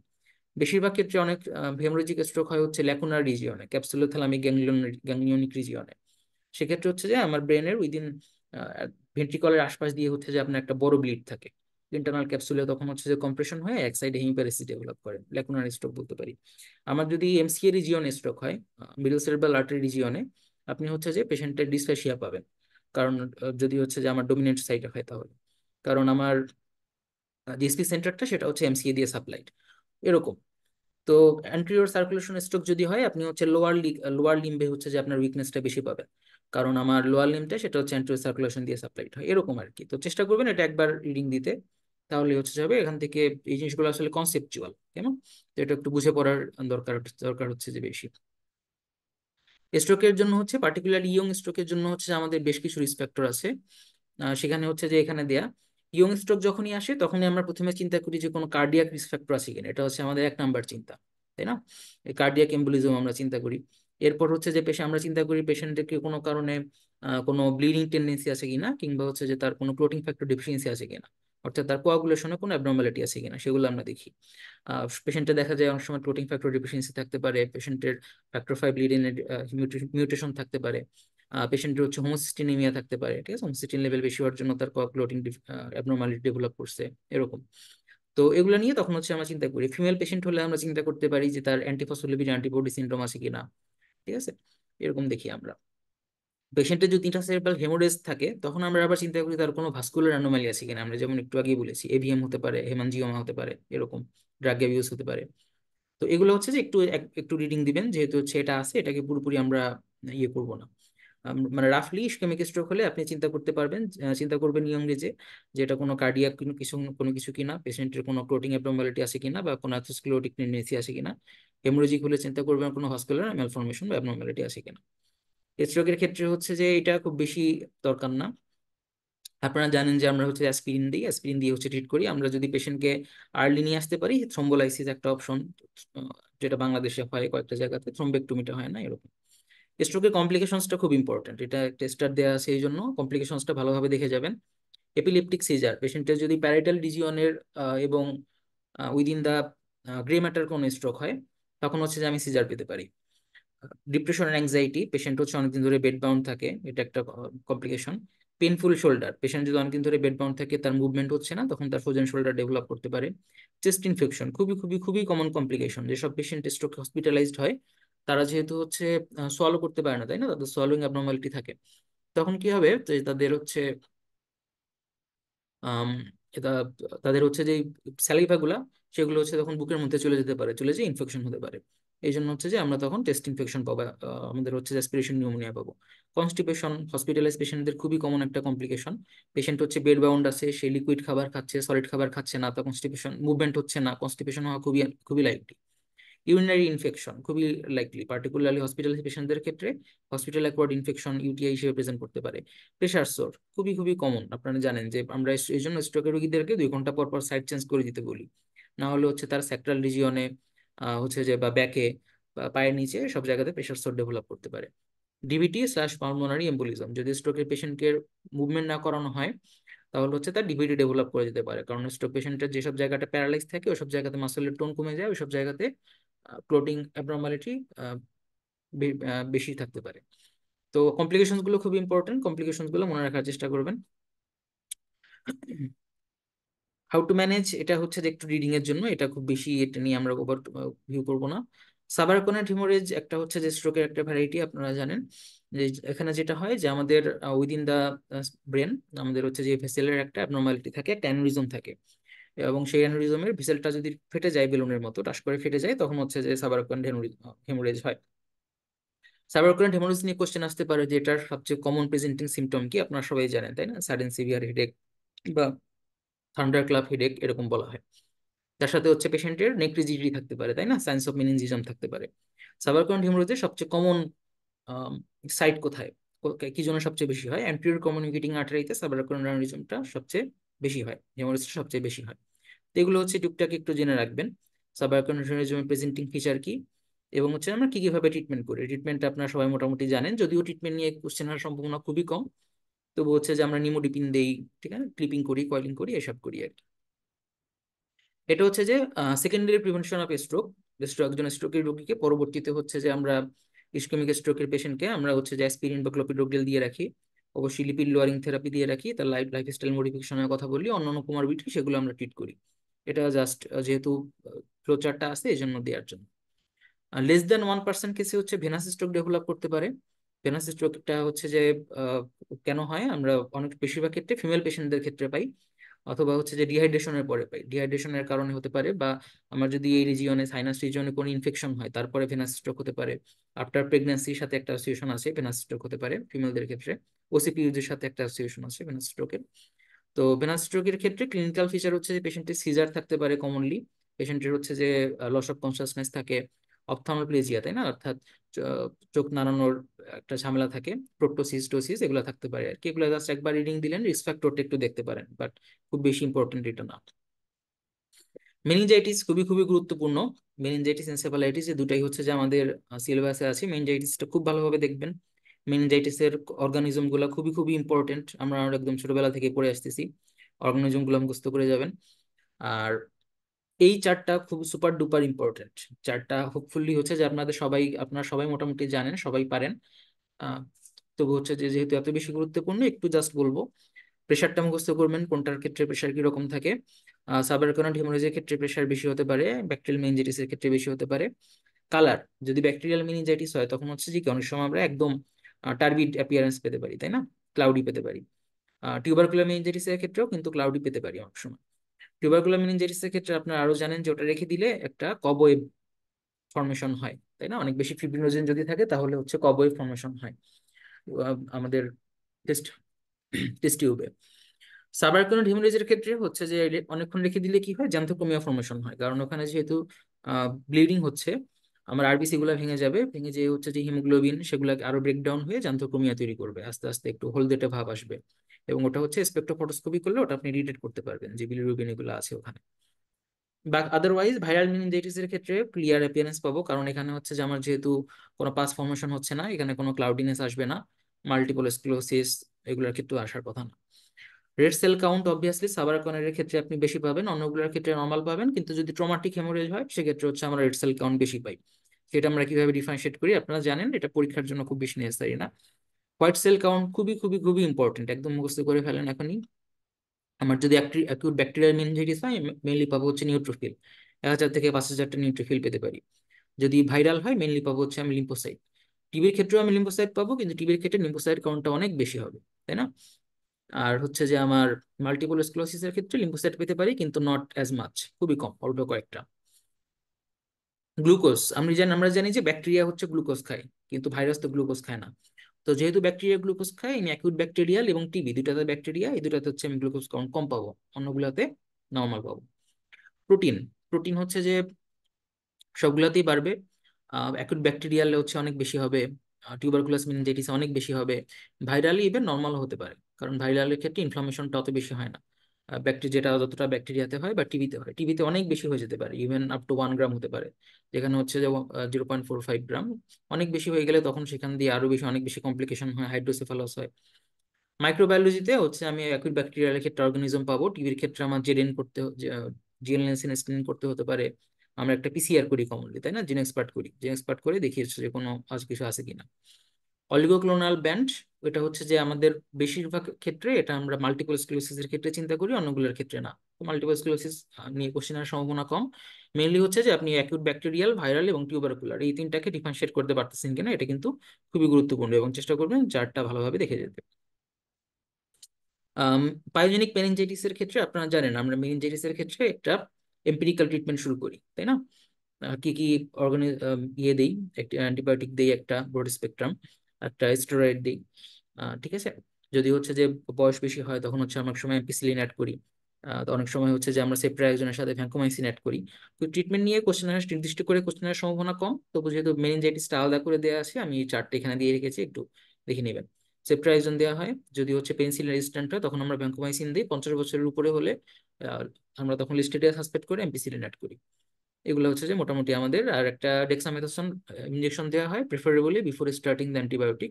অ্যান্টিবায়োটিক শুরু করার অ্যাটলিস্ট 15 মিনিট আগে দেওয়া উচিত।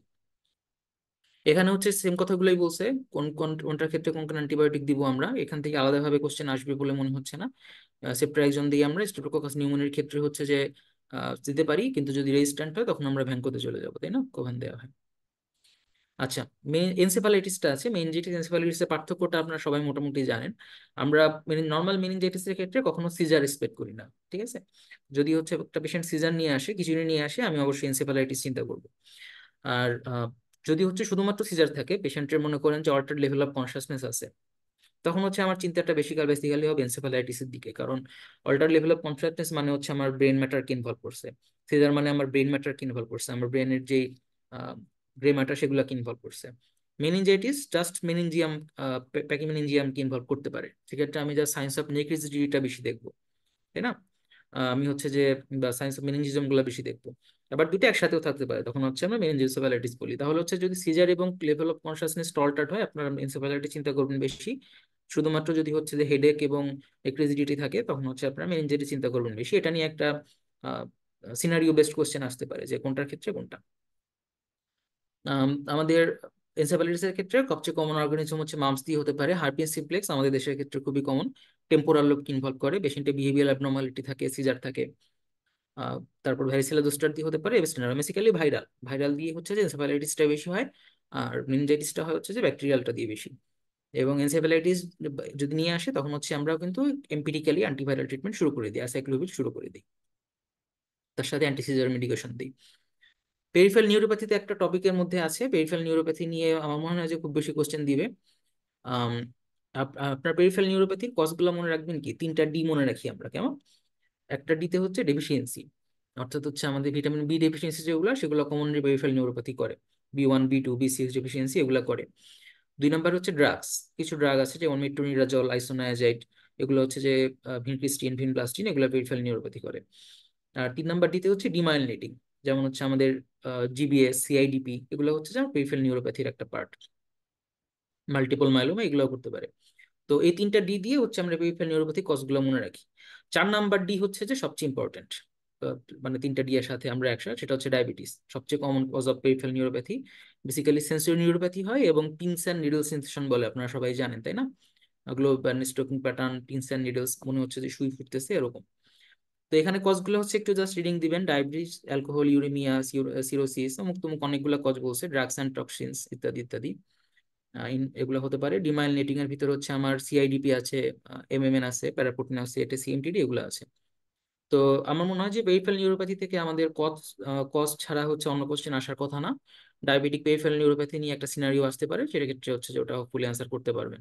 অনেকদিন ধরে লং স্ট্যান্ডিং টাইপ 2 ডায়াবেটিসের ক্ষেত্রে হতে পারে। টাইপ 1 ডায়াবেটিসের ক্ষেত্রে খুব 5 বছরের মধ্যে দেখা যায় হচ্ছে ডায়াবেটিক নিউরোপ্যাথি ডেভেলপ করে যায়। আচ্ছা, তো আহ প্রায় 50 মিনিটের মতো হয়ে গিয়েছে আমাদের। পড়া হচ্ছে মোটামুটি এই পর্যন্তই। আমরা যেটা করেছি যে আমাদের যেগুলা হচ্ছে যে টপিক ছিল পিএসসি সিলেবাসে সেগুলোকে হচ্ছে কভার করেছি। আর বাকিগুলা হচ্ছে যে এখন যে স্লাইড গুলা হচ্ছে একটু দেখাবো, সেগুলো হচ্ছে যে আমাদের 39 এবং 42 বিসিএস এর নার্ভাস সিস্টেমের মেডিসিন পার্ট থেকে কি কি কোশ্চেন আসছে সেগুলো হচ্ছে আপনাদের একটু দেখাবো, তাহলে আপনারা একটু আইডিয়া করতে পারবেন যে কোশ্চেন গুলোর প্যাটার্নটা কি রকম হতে পারে। এতক্ষণ ধরে যা যা বলেছি এগুলো নিয়ে আপনাদের মধ্যে যদি কোনো প্রশ্ন থাকে তাহলে হচ্ছে যে কেউ একজন হ্যান্ড রেজ করতে পারেন, হোস্ট আপনাদের আনমিউট করে দিবে, তারপর হচ্ছে যে আমরা সেগুলো নিয়ে একটু কথা বলতে পারি।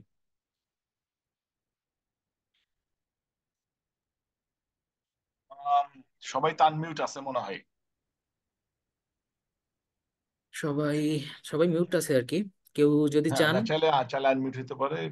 প্রীতম, ইট ওয়াজ আসলে এক 50 মিনিটে তুমি মনে হয় 50 দিনের সিলেবাস কভার করছো, বুঝছো? এটা এটা টু গুড। এবং যাদের মোটামুটি পড়া আছে আমার মনে হয় তাদের পড়তে হবে না, এটাই এনাফ। মানে আসলে যদি হচ্ছে যে এখন মানে আপনারা যারা আছেন আপনারা সবাই তো অনেক কষ্ট করে শুনছেন, আপনাদের প্রতি আমার মেইন মেসেজটা যেটা হবে, আমরা সেটা একটু মানে এতক্ষণ ধরে যেটা বললাম যে আপনি চেষ্টা করেছি হচ্ছে চার্টস এন্ড ফিগার্স এর উপর হচ্ছে যে এই করতে, কারণ এখন হচ্ছে আপনি একাধ ইনফরমেশন পড়ার সময় পাবেন না। না না না, এখন সম্ভব না। আমার তো হয়তো দেখবে মেনিনজাইটিস, নিউরোপ্যাথি, এই কিছু টপিক থেকে হয়তো কোশ্চেন দিয়ে দিবে, এমনও হইতে পারে যে এত মানে তুমি স্টার যেগুলো দিচ্ছ এগুলো দেখে গেলে হয়তো পাওয়া যাবে। তারপরে আসলে মেডিকেল সাইডটা আমার মনে হয় এটাই হবে গেম চেঞ্জার, যতই মানুষ অমুক তমুক বলুক, কারণ মেডিকেলে যদি নাম্বার উঠাতে না পারে চান্স কম। আচ্ছা, একজন একটা কোশ্চেন করেনি, তোমাকে একটা রিকোয়েস্ট করছে যে ভিজুয়াল পাথওয়েটা আরেকবার দেখাই। আচ্ছা, ভিজুয়াল পাথওয়েটা আরেকবার বললে ভালো হয়, ওকে? আর এটা কিন্তু প্রীতম পিডিএফ আকারে দিয়ে দিবে, আমরা গ্রুপের মধ্যে এটাকে হ্যাঁ আমি আমরা এটা দিয়ে দিব। এটাকে তুমি আমাকে দিলে প্রীতম এটাকে আমি ইবুক আকারে করে দিব, ওইভাবেই দেখবে আর কি, সমস্যা নেই। Visual pathway. ভিজুয়াল পাথে এই যে দেখা যাচ্ছে কি। হ্যাঁ, একটু তুমি ভিজুয়াল পাথওয়ে গতবারে ঝামেলা ছিল, ফুল স্ক্রিন করে, হ্যাঁ। আচ্ছা, তো ভিজুয়াল পাথওয়েটা হচ্ছে যে আপনারা সবাই জানেন যে আহ, আমরা বেসিক্যালি কিভাবে হচ্ছে লাইট পারসিভ করি, সেটাই হচ্ছে যে আমার ভিজুয়াল পাথওয়ে, তাই না? তো লাইট হচ্ছে যে আমার বেসিক্যালি কর্টেক্স পর্যন্ত, অক্সিপিটাল কর্টেক্স পর্যন্ত কিভাবে পৌঁছাচ্ছে সেটাই হচ্ছে ভিজুয়াল পাথওয়ে। তো ভিজুয়াল পাথওয়ে শুরু হয় হচ্ছে যে আমার রেটিনা থেকে। তো আপনারা জানেন যে রেটিনার সবকিছু হচ্ছে উল্টা, তাই না? এ বাম ডান উল্টা, উপর নিচ উল্টা। এটাই হচ্ছে যে মানে আহ, আমাদের এর একটা আমাদের ভিজুয়াল পাথওয়ের একটা হচ্ছে যে উইয়ার্ডনেস, যে আমরা সবকিছু হচ্ছে যে আমাদের ব্রেন সবকিছুকে মিরর ইমেজ করে দেয়, আপনি বামকে ডান করে দিবেন, উপরকে নিচে করে দিবেন। তো আমার ঠিক সেরকম হচ্ছে যে ভিজুয়াল পাথওয়েতে আমাদের উপরের দিকে যে রেটিনাতে যে ইয়েগুলা থাকে, যে ফাইবার গুলা থাকে অপটিক নার্ভের, সেগুলো হচ্ছে যে নিচের ইনফরমেশন নেয়, নিচের দিকে যেটা সেটা উপর ইনফরমেশন নেয়। এবং ভিজুয়াল পাথওয়েকে আমরা এই রেটিনাকে আমরা এখানে দুই ভাগে ভাগ করি, একটা হচ্ছে ন্যাজাল, একটা হচ্ছে টেম্পোরাল। আমার ন্যাজাল সাইডটা থাকে হচ্ছে নাকের দিকে, এগুলো হচ্ছে যে টেম্পোরাল সাইড থেকে ইনফরমেশন নেয়। টেম্পোরাল দিকে যে সকল ফাইবার থাকে সেগুলো ন্যাজাল সাইড থেকে ইনফরমেশন নেয়। তো আপনি হচ্ছে যদি এই ইয়েটা ফলো করেন, এই ছবিটা ফলো করেন। আচ্ছা, আমার এখানে অ্যানোটেশন করার একটা চান্স আছে কিনা দেখি, হ্যাঁ আছে। যেটা হচ্ছে যে আপনার ধরুন এই যে যে যে কোনো একটা ফাইবার ফলো করেন, যেটা হচ্ছে যে আপনার নেজাল সাইড থেকে আসতেছে, তার মানে ও বেসিক্যালি টেম্পোরাল সাইড থেকে হচ্ছে যে আমার ইনফরমেশন গুলা হচ্ছে যে নিচ্ছে। তো আমি হচ্ছে যে নাজাল সাইড থেকে যেটা আসতেছে সেটা টেম্পোরাল ফাইব থেকে নিচ্ছে, নিয়ে তারপর হচ্ছে যে এইখানে আবার যে নাজাল ফাইবার গুলো ক্রসিং হয়, তাই না? তো নাজাল ফাইবার গুলা ক্রসিং হয় হচ্ছে অপটিক ক্যাজমাতে। তো অপটিক ক্যাজমাতে এইখানে যদি হচ্ছে যে আপনি কোনো লেশন হয়, যেটা অনেক সময় হচ্ছে পিটুইটারি টিউমারের জন্য হতে পারে, এটা ঠিক নিচেই হচ্ছে পিটুইটারি গ্ল্যান্ডটা থাকে। ওখানে যদি হচ্ছে কোনো একটা টিউমার আস্তে আস্তে বড় হয়, ওটা অপটিক ক্যাজমাকে যে কম্প্রেস করতে পারে, বা পিটুইটারি অ্যাপোপ্লেক্সি হয় অনেক সময়, বিশাল বড় একটা ব্লিডিং হয় এখানে, ওটার উপরে চাপ দেয় অপটিক ক্যাজমাতে। তখন হচ্ছে এই নাজাল ফাইবার গুলোতে যখন চাপ দেয়, তখন ও তো আমার টেম্পোরাল ইনফরমেশন গুলা নিয়ে আসছে, অর্থাৎ হচ্ছে আমার দুই পাশে যে জিনিসগুলা এগুলো হচ্ছে যে ও দেখতেছে। তো আমি তখন দুই পাশে জিনিসগুলো দেখতে পাবো না, আমি খালি সামনের দিকে জিনিসগুলো দেখবো। দুই পাশে হচ্ছে আমার জাস্ট ব্লাইন্ডনেস হবে, আমি খালি সামনের দিকে যা যা আছে তাই দেখতে পাচ্ছি, দুই পাশে কিছু দেখতেছি না।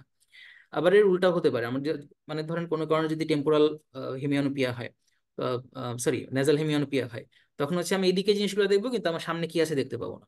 ঠিক আছে? তো অপটিক ক্যাজমাতে যদি আমার কোনো কম্প্রেশন হয় তখন হচ্ছে যে আমরা চিন্তা করি যে এটা হচ্ছে বাইটেম্পোরাল হেমিয়ানোপিয়া, করতে দিকে কিছু দেখবো না, জাস্ট মাঝখানে জিনিসগুলো দেখতেছি। তো এই পর্যন্ত হচ্ছে যে আমার যেটাকে আমরা বলি ইনকংগ্রুয়াস, অর্থাৎ হচ্ছে যে দুই দিকের দুই পাশ যাচ্ছে। আপনি যদি মনে করেন যে দুইয়ের এখানে যেটা আছে এই যে বাই টেম্পোরাল হিউম্যান এখানে চিন্তা করেন, আপনি দেখবেন হচ্ছে যে আমার লেফট সাইডের হচ্ছে যে লেফট যাচ্ছে, আবার রাইট সাইডের রাইট যাচ্ছে। ঠিক আছে, এটাকে বলি আমরা ইনকংগ্রুয়াস, দুই সাইডে দুই জিনিস যাচ্ছে। এর অপটিক চিজমার পিছনের থেকে যখন কোনো লেশন হবে তখন সবকিছু আমরা কংগ্রুয়াস পাবো। হয় হচ্ছে যে আমার দুই চোখেরই লেফট সাইড যাবে অথবা দুই চোখেরই রাইট সাইড যাবে। যেমন হচ্ছে আপনি 3 4 চিন্তা করেন, তিনে হচ্ছে যে আমার এইখানেরও হচ্ছে যে রাইট সাইডের এইটুক যাচ্ছে, আবার রাইট সাইডের হচ্ছে যে আমার রাইট সাইডের এইগুলা যাচ্ছে। ঠিক আছে, এরকম। তো অপটিক কাজমার পিছন থেকে সব সময় হচ্ছে আমার কংগ্রুয়াস হিমিওনোপিয়া হয়, এটার সামনে হচ্ছে ইনকংগ্রুয়াস হিমিওনোপিয়া। মনে করেন জাস্ট আমার যদি চোখের পিছনে লেশন হয়, অপটিক নার্ভটা চলে গেল, আমার এই চোখ ব্লাইন্ড, এটা তো পুরোপুরি এটা বোঝা যাচ্ছে যে এই চোখ দিয়ে দেখতে পাচ্ছি এই চোখ দিয়ে পাচ্ছি না, সো এটাকে একটা ইনকংগ্রুয়াস জিনিস। বাট অপটিক কাজমার পিছনে সবকিছু হচ্ছে কংগ্রুয়াস হবে। আচ্ছা, এরপরে হচ্ছে যে যেটা হচ্ছে আমি বলছিলাম যে আপনারা দেখবেন যে অপটিক ট্র্যাক্টটা আমার হচ্ছে যে geniculate body, lateral geniculate body থেকে দুই ভাগে ভাগ হয়। একটা হচ্ছে যে অপটিক রেডিয়েশন যাই হচ্ছে নিচে ইনফিরিয়র, একটা হচ্ছে যে সুপিরিয়র অপটিক রেডিয়েশন। তো লোয়ার অপটিক রেডিয়েশন যেটা, সেটা যাই হচ্ছে আমার ব্রেনের টেম্পোরাল লোবটা যেহেতু নিচের দিকে, ও যাবে হচ্ছে টেম্পোরাল লোবে। আর সুপিরিয়র অপটিক রেডিয়েশন ও যাই হচ্ছে যে parietal লোবে।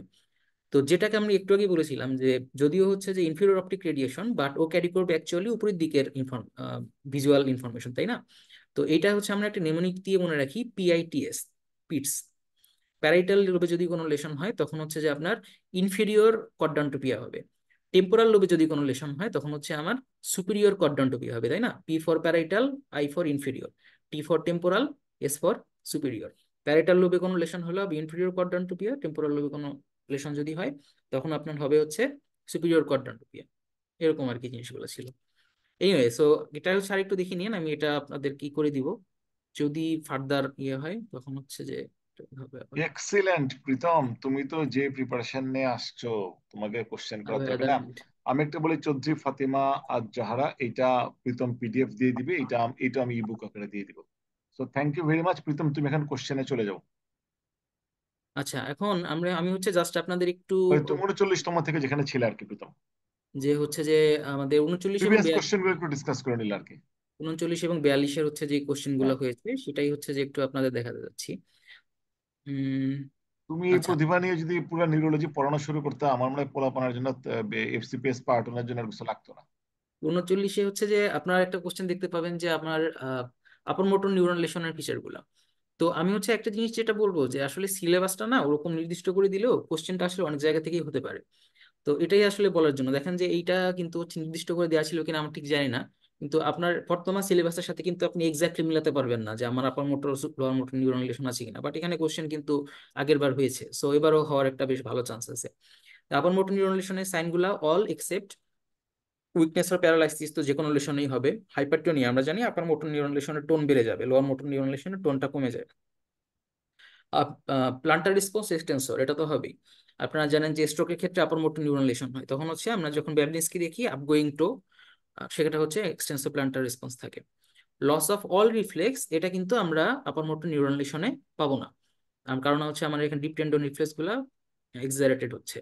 Lower motor neuron lesson হচ্ছে আমি অল রিফ্লেক্স পাই, সেই ক্ষেত্রে আমার অ্যান্সার হবে হচ্ছে C. Loss of all reflex আমি পাবো লোয়ার মোটর নিউরন লেশনে, কারণ লোয়ার মোটর যখন হচ্ছে আমার যাবে, আমার তো ওখান দিয়ে কোনো কিছুই পাস করতে পারবে না, তাই না? মনে করেন আমি একটা নার্ভ কেটে ফেলতেছি, এটাও কিন্তু একটা লোয়ার মোটর নিউরন লেশন। তো আপনি একটা নার্ভকে যখন কেটে ফেলবেন সেখানে তো আর কোনো রিফ্লেক্স হওয়ার চান্স নাই, ওই মাসলটাই আলটিমেটলি ডিসিউজ অ্যাট্রফি হয়ে ধ্বংস হয়ে যাবে। সো এটা হচ্ছে যে যেমন আমাদের 39 একটা কোশ্চেন ছিল। আরেকটা কোশ্চেন ছিল হচ্ছে এক্সট্রা পিরামিডাল লেশনের ক্ষেত্রে হচ্ছে আমরা কি পাই, আমরা কি ফিচার পাই। তো আপনারা জানেন যে পিরামিডাল এক্সট্রা পিরামিডালের ক্ষেত্রে আসলে অনেক কিছু বলার আছে। তার মধ্যে একটা হচ্ছে যে কগহুইল রিজিডিটি, এটা হচ্ছে যে আপনারা জানেন পার্কিনসনের একটা খুব কমন ফিচার, তাই না? পার্কিনসনের পেশেন্টের যখন হচ্ছে আপনি হাতটা মুভ করার চেষ্টা করবেন, দেখবেন হচ্ছে যে হাতটা এরকম একটা ধাপে ধাপে হচ্ছে যে মুভ হচ্ছে, এটা খুব একবারে হচ্ছে যে মুভ হচ্ছে না। এবং এটাকে হচ্ছে কগহুইলের সাথে তুলনা করা, কগহুইল হচ্ছে যে এরকম ঘড়ির পিছনে দেখবেন কতগুলা ইসের মতো থাকে, কতগুলা মেশিনের মতো থাকে, ওগুলোকে কগহুইল বলে। তো কগহুইল রিজিডিটি যেটা, সেটা হচ্ছে আমরা এক্সট্রা পিরামিডাল ট্রাক্টের ক্ষেত্রে পাই। পিরামিডালের ক্ষেত্রে পাই হচ্ছে আমরা ক্লাস্প নাইফ রিজিডিটি, যেখানে হচ্ছে যে প্রথমে একটা রিজিডিটি থাকবে, ওটাকে ছেড়ে দিলে ঠাস করে আবার চলে আসবে, ঠিক আছে, একটা ছুরি খোলার মতো। এটাকে বলা হয় ক্লাস নাট। আর কগহুইল রিজিডিটিটা হচ্ছে একদম এক্সট্রা পিরামিডাল ট্রাক্ট, যেটা হচ্ছে আপনি পার্কিনসনিজমে পাবেন, একদম কমন ফিচার। বাকিগুলো হচ্ছে যে আপনার এটার সাথে যায় না, ফ্ল্যাক্সিড প্যারালাইসিস, হাইপারকাইনেসিয়া, এগুলো হচ্ছে যায় না। হাইপারকাইনেসিয়া না, আমার যদি এক্সট্রা পিরামিডাল হয় তখন হবে কি ব্রাডিকাইনেসিয়া বা হচ্ছে অ্যাকাইনেসিয়া, এগুলো থাকে। 42 এসেছিল সেরেবেলার লেশনের ফিচার নিয়ে একটা কোশ্চেন আসছিল। সেরেবেলার লেশনের ফিচার গুলো হচ্ছে যে আপনারা জানেন যে একটা কমন নিউমোনিক হচ্ছে ড্যানিশ, তাই না? ডিতে হচ্ছে ডিসডায়াগোডোকোকাইনেসিয়া, এতে অ্যাটাক্সিয়া। ডিসডায়াগোকাইনেসিয়া আপনারা জানেন আমরা যখন হাত ধরে এরকম করতে বলি তখন সে পারে না, অল্টারনেট প্রোনেশন সুপিনেশন পারে না। অ্যাটাক্সিয়া থাকে, পেশেন্টের ইমব্যালেন্স থাকে। নিস্টাগমাস, চোখে কাঁপুনি থাকে। ইন্টেনশন ট্রেমর থাকে, সে যখন কোনো একটা কাজ করতে যাবে তখন তার হাতে কাঁপুনি হবে। স্ক্যানিং স্পিচ থাকে, তাই না? সে সে কথাগুলো সিলেবল টু সিলেবল ভাগ করে বলে। আমরা পেশেন্টদেরকে কমনলি বলতে পারি লালমনির হাট বা লালমনির হাট এরকম, বৃহস্পতিবার বৃহস্পতিবার এরকম বলে। স্টাকাটো স্পিচও বলা হয় অনেক সময়। হাইপোটোনিয়া, তো এখানকার অ্যান্সার হবে হচ্ছে যে আপনার ইন্টেনশন টিউমার। স্পাসিসিটি রিজিডিটি এগুলো হচ্ছে আমার আপার মোটর নিউরন লেশনে পাবো, স্লো গেট এক্সট্রা পিরামিডাল লেশনে পাবো এরকম। তো এখানে শুধুমাত্র হচ্ছে যে ইন্টেনশন টিউমারটা এটা হচ্ছে সেরেবেলার ডিজিজের সাথে যাচ্ছে। তো দেখেন এখানে হচ্ছে কিন্তু আমার পরপর 3টা কোশ্চেন আসছে শুধুমাত্র লেশন নিয়ে। সো মানে খুব ইম্পর্টেন্ট অনেক, তাই না? এখানে কিন্তু অনেক বেশি আপনার জটিল কোশ্চেন আসে নাই যে সেরেবেলার স্ট্রোক কেন হচ্ছে বা হচ্ছে আপনার আপার মোটর নিউরন লেশনের কজ, ওটা অবশ্য আসতে পারে। বাট এই রিলেশন গুলো নিয়ে হচ্ছে আমার মনে হয় যে কোশ্চেন আসার সম্ভাবনা কিন্তু অনেক বেশি। আর একটা কোশ্চেন আসছিল 42-এ যে লাম্বার পাংচারের কন্ট্রাইন্ডিকেশন। তো আমরা হচ্ছে যে যখন একটা পেশেন্টে এলপি করার কথা চিন্তা করি, ফার্স্টে হচ্ছে যে আপনি যেটা দেখবেন যে পেশেন্টের ওটা অবভিয়াসলি কোনো প্রয়োজন আছে কিনা, এবং 2 নম্বরে হচ্ছে আমরা খুঁজি যে পেশেন্টের কোনো ইমেজিং আছে কিনা। পেশেন্টের যদি কোনো সিটি স্ক্যান এমআরআই না করা থাকে, আমি হচ্ছে যে কখনোই মানে অবভিয়াসলি আমি ট্রাই করি হচ্ছে যে এলপি করার আগে একটু ভাববো কেন। কারণ এলপি করার ক্ষেত্রে আমার মেইন চিন্তা থাকে পেশেন্টের কোনো রেজিস্ট আইসিপি আছে কিনা।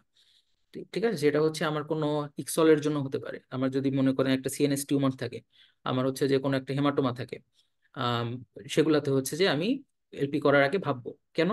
আমি যখনই হচ্ছে যে ফুটা করব তখনই হচ্ছে যে প্রেশারটা যেহেতু নিচের দিকে কমে যাচ্ছে, ওই উপরের প্রেশারটা ঠাস করে নিচের দিকে নেমে আসবে, এর ফলে হার্নিয়েশন হয়, তাই না? আপনারা শুনেছেন সেরিব্রাল হার্নিয়েশন, আঙ্কাল হার্নিয়েশন, অমুক তমুক হয়। তো এই জন্য এলপি করার আগে আমার ফার্স্টে কি চিন্তা করি, পেশেন্টের কোনো ইমেজিং আছে কিনা। আমি যাই দেখবো সিটি স্ক্যান এমআরআই ফিল্ম খুঁজবো। যদি দেখি যে আমার না সিএন আমার ইয়ে ক্লিয়ার, তখন হচ্ছে আমি চিন্তা করতে পারি আমার করা যেতে পারে। তো এখানে যারা যে কোশ্চেনটা করেছিল এটার একটা অ্যান্সার হচ্ছে, এটার অ্যান্সারটা হচ্ছে C, head injury. Head injury পেশেন্টকে ইউজুয়ালি কমনলি এলপি করা হয় না, কারণ এলপি করে আপনি কি দেখবেন, আমরা এলপি করি মেনিনজাইটিস চিন্তা করলে। অনেক সময় হচ্ছে যে আমার লাম্বার পাং সরি সিএসএ প্রেশার মেজারমেন্টের জন্য, ঠিক আছে, মেনিনজাইটিস হচ্ছে বেশি কমনলি এলপি করার জন্য। তো এলপিতে তাহলে কন্ট্রাইন্ডিকেশন হচ্ছে হেড ইনজুরি। হেড ইনজুরি ক্ষেত্রে পেশেন্টের মনে করেন একটা এক্সট্রাডুরাল হেমাটোমা থাকতে পারে, একটা সাবডুরাল হেমাটোমা থাকতে পারে, তখন হচ্ছে আইসিপি অনেক বেশি হবে, রেইজড আইসিপি থাকবে। তখন যদি আমি একটা এলপি নিডেল ঢুকাই তখন হচ্ছে যে প্রেশারের জন্য আমার হার্নিয়েশন হয়ে যাবে, টনসিলার হার্নিয়েশন হতে পারে। এই জন্য আমি হচ্ছে যে করবো না। ডেভিডসনে যেরকম দেখবেন বলা আছে LP is contraindicated if there is any clinical suggestion of raised ICP, papilloedema থাকতে পারে, depress level of consciousness, focal neurological sign suggesting cerebral lesion, এবং until imaging has excluded a space occupying lesion or hydrocephalus. এবং এগুলো হচ্ছে absolute contra indication. Even অনেক সময় যদি local injury থাকে, অর্থাৎ L3-4-এ যদি হচ্ছে আমি দেখি যে ওখানে একটা বিশাল বড় আলসার হয়ে আছে, তাই না, ওখানে হচ্ছে যে আপনার মনে করেন কোন স্কিন লেশন হয়ে আছে, তখন তো আমি এলপি যখন করবো আমি তো ফুটা করে ওটাকে আরো সিএসএফ এর মধ্যে ঢুকাই দিচ্ছি, পেশেন্টের মেনিনজাইটিস ডেভেলপ করবে। তখন আমি করবো না, তাই না? লোকাল কোনো ইনফেকশন থাকলে, পেশেন্টের যদি প্লাটিলেট কাউন্ট কম থাকে, 50,000-এর কম থাকলে ইউজুয়ালি অ্যাভয়েড করা হয়। কারণ তখন হচ্ছে এলপি করলে আমার হেমাটোমা ফর্মেশন হতে পারে, ঝামেলা আছে। এগুলো হচ্ছে তাহলে লাম্বার পাংচারের একটা কন্ট্রাইন্ডিকেশন, এগুলো নিয়ে কিন্তু কোশ্চেন আসছিল আপনার 42-এ। তো দেখেন এই কোশ্চেন গুলো পড়ার জন্য কিন্তু আপনার এলপির কন্ট্রাইন্ডিকেশন একদম মুখস্থ করা নেই, কিন্তু আপনি যদি বেসিকটা ক্লিয়ার থাকে আপনি এটা আনসার করতে পারবেন। অকুলোমোটর নার্ভ লেশন, দেখেন তো সবগুলো কিন্তু লেশন নিয়ে হচ্ছে যে অনেকগুলো কোশ্চেন আসতেছে, তো আমাদের একটু মাথায় রাখা লাগবে লেশনের জিনিসগুলোতে আমাদের এবারও কোশ্চেন রিপিট হতে পারে। কমপ্লিট লেশন অফ অকুলোমোটর নার্ভের ক্ষেত্রে কি হয়?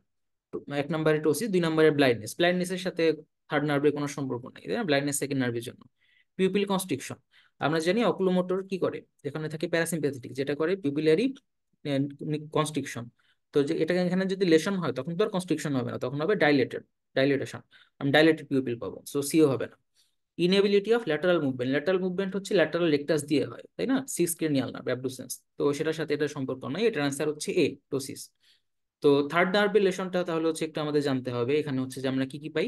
আমরা হচ্ছে যে ডাউন অ্যান্ড আউট পিউপিল পাই, আমরা কমনলি বলি, তাই না? তো এই পিউপিল চোখের বলটা আপনার হচ্ছে যে এইখানে এসে বসে থাকবে নিচের দিকে, ডাউন অ্যান্ড আউট। আর হচ্ছে যে ডাইলেটেড পিউপিল পাবো, ডাইলেটেড এবং ফিক্সড, কারণ ডাইলেটেড ফ্লেক্স থাকবে না, আর পিউপিলের ডাইলেশন থাকবে কারণ প্যারাসিম্প্যাথেটিকটা ওখানে কাজ করতেছে। তো এটা হচ্ছে দেখেন একটা লেশন নিয়ে একটা কোশ্চেন, সো লেশন গুলো হচ্ছে যে আমাদের একটু ভালোভাবে দেখতে হবে। আচ্ছা, তো এগুলা হচ্ছে যে আমাদের আগের কোশ্চেন গুলা, আমার মনে হয় যে ভাই এখন হচ্ছে আমরা ইয়েটা দিয়ে দিতে পারি, যেই কোশ্চেন ফর্মটা ছিল ওটা হচ্ছে দিয়ে দিতে পারি। আমি চ্যাট বক্সে কোশ্চেন দিচ্ছি, আপনারা জিরো পাইলেও কোনো সমস্যা নাই। আপনারা চ্যাট বক্সে দেখেন, মার্কস কোনো ব্যাপার না, কিন্তু সবাই এক্সাম দেন। কারণ ইমেল অ্যাড্রেসটা একটু পূরণ করে নেন। আচ্ছা, যারা এটাই হচ্ছে, করেন, নিজেরা নিজেদের আনসার দেখে যাবেন। প্রীতম, তুমি 1 মিনিট একটু সবাই একটু ফর্মটা পূরণ করুক। আমরা কারো আনসার দেখবো না, আপনি জেনে যাবেন আপনি কত পাইছেন। প্রীতম, তুমি চেক করছিলা? হ্যাঁ হ্যাঁ ভাই, কোশ্চেন চেক করেছিলাম। আর আচ্ছা, আনসার সাবমিট করলে তো মার্কস পেয়ে যাবে সবাই, ঠিক না? এটা তো দেখছো। চ্যাট বক্সে হচ্ছে কয়েকজন একটা কোশ্চেন করেছেন, এগুলো একটু করে নিই।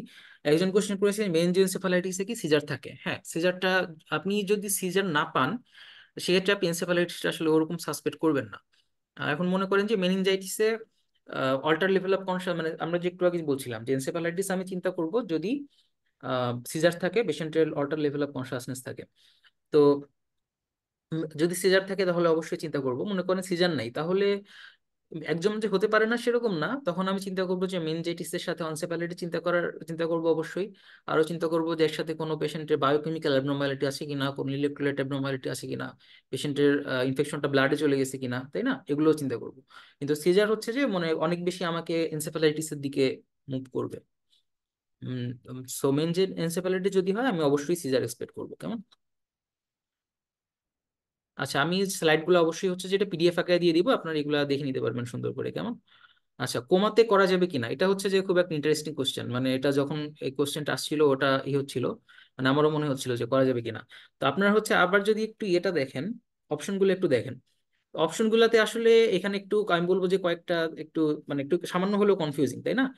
ডিসেরেব্রেট পোস্টারিং, সেটা হচ্ছে যে ওরকম মানে এটা যে কোনো আপনার সিএনএস বিষয় হতে পারে। এটার সাথে আসলে যে লাম্বার পাংচার করা যাবে কি যাবে না এটার ওরকম বিষয় অ্যাসোসিয়েশন। ডিসেরেব্রেট হচ্ছে যে একদম পেশেন্টের একটা কুমারী একটা বলবো হচ্ছে একটা স্টেজ, তাই না? এবং লাস্টের দিকে একটা স্টেজ, পেশেন্ট যদি এই অবস্থায় চলে যায় তখন হচ্ছে যে আমরা চিন্তা করতেছি যে পেশেন্টের মানে রিটার্ন করার সম্ভাবনা কম। মোল অন দ্য এফেক্টেড সাইড, মোল তো হচ্ছে জাস্ট একটা আপনার মানে ক্লাস্টার অফ সেল, তাই না? এটা হচ্ছে যে ক্লাস্টার অফ মেলানোসাইট। সো সেক্ষেত্রে হচ্ছে যে আমার কোনো কন্ট্রাইন্ডিকেশন নেই। মেইন সমস্যা হচ্ছে কোমার হিড ইনজুরির মধ্যে। এখন কোমাতে আসলে আমরা টিপিক্যালি হাত, মানে আগ বাড়িয়ে আপনি এলপি করতে যাবেন না। তখনই যাবেন যদি আপনি চিন্তা করবেন যে আমার এলপি করে কোনো না কোনো কিছু বের করা সম্ভব।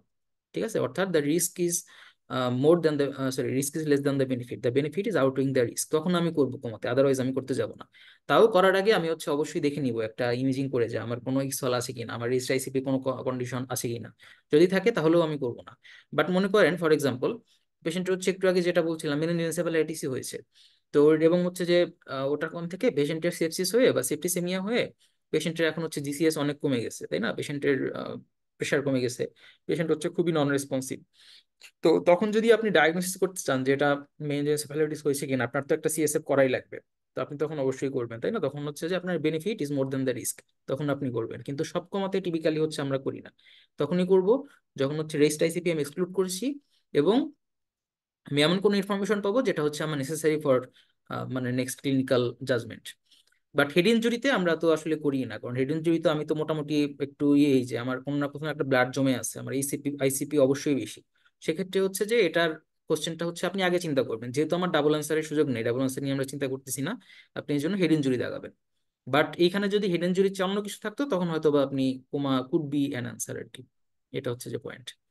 আচ্ছা, সো আমি হচ্ছে যে আসলে অনেক সময় নিয়ে ফেলেছি, আমি টেক হোম মেসেজে হচ্ছে চলে যাই। আম, তো আমরা হচ্ছে যে যা বলছিলাম পুরো জিনিসটাই আমি হচ্ছে একটু সামারাইজ করার চেষ্টা করেছি যে আপনারা চেষ্টা করবেন এই লিমিটেড সময়ের মধ্যে আমাদের এই চার্টস টেবিলস এন্ড ফিগার্স এগুলোতে কনসেন্ট্রেট করতে। একটা বই নিবেন জেনারেল পার্টের জন্য, একটা বই নিবেন মেডিকেল পার্টের জন্য, খুব সোজা কথা আমার। জেনারেল পার্টের জন্য যে কোনো একটা ডাইজেস্ট কিনবেন, বাজারে অনেক ডাইজেস্ট আছে, আপনার যেটা খুশি। মেডিকেল পার্টের জন্য যে কোনো একটা ডাইজেস্ট কিনবেন, টপ টু বটম পড়ে ফেলবেন, কেমন? মেডিকেল পার্টেরটা, জেনারেল পার্টেরটা, যেটা যেটা যতটুকু করতে পারেন। এবং হাতে এমন সময় নিয়ে পড়বেন যেন আপনি রিভিশন দিতে দিতে পারেন। রিভিশন যদি না দিতে পারেন আপনার এই পড়ার কোনোই দাম নেই, আপনি পুরোটা ভুলে যাবেন, কারণ একবার না একটা নতুন বই পড়ে কেউ পরীক্ষার হলে ওটা রিপ্রোডিউস করতে পারে না। 3 নাম্বার হচ্ছে যে খুব মাথা ঠান্ডা রেখে মেডিকেল পার্টের অ্যান্সার করুন। মেডিকেল পার্টের এই জিনিসগুলো আপনারা কোথাও না কোথাও পড়ছেন, আপনারা কোথাও না কোথাও এর সাথে ওরিয়েন্টেড হয়েছেন। এখন পড়েন নাই বলে যে আপনি এটা অ্যান্সার করতে পারবেন না এরকম ভাববেন না।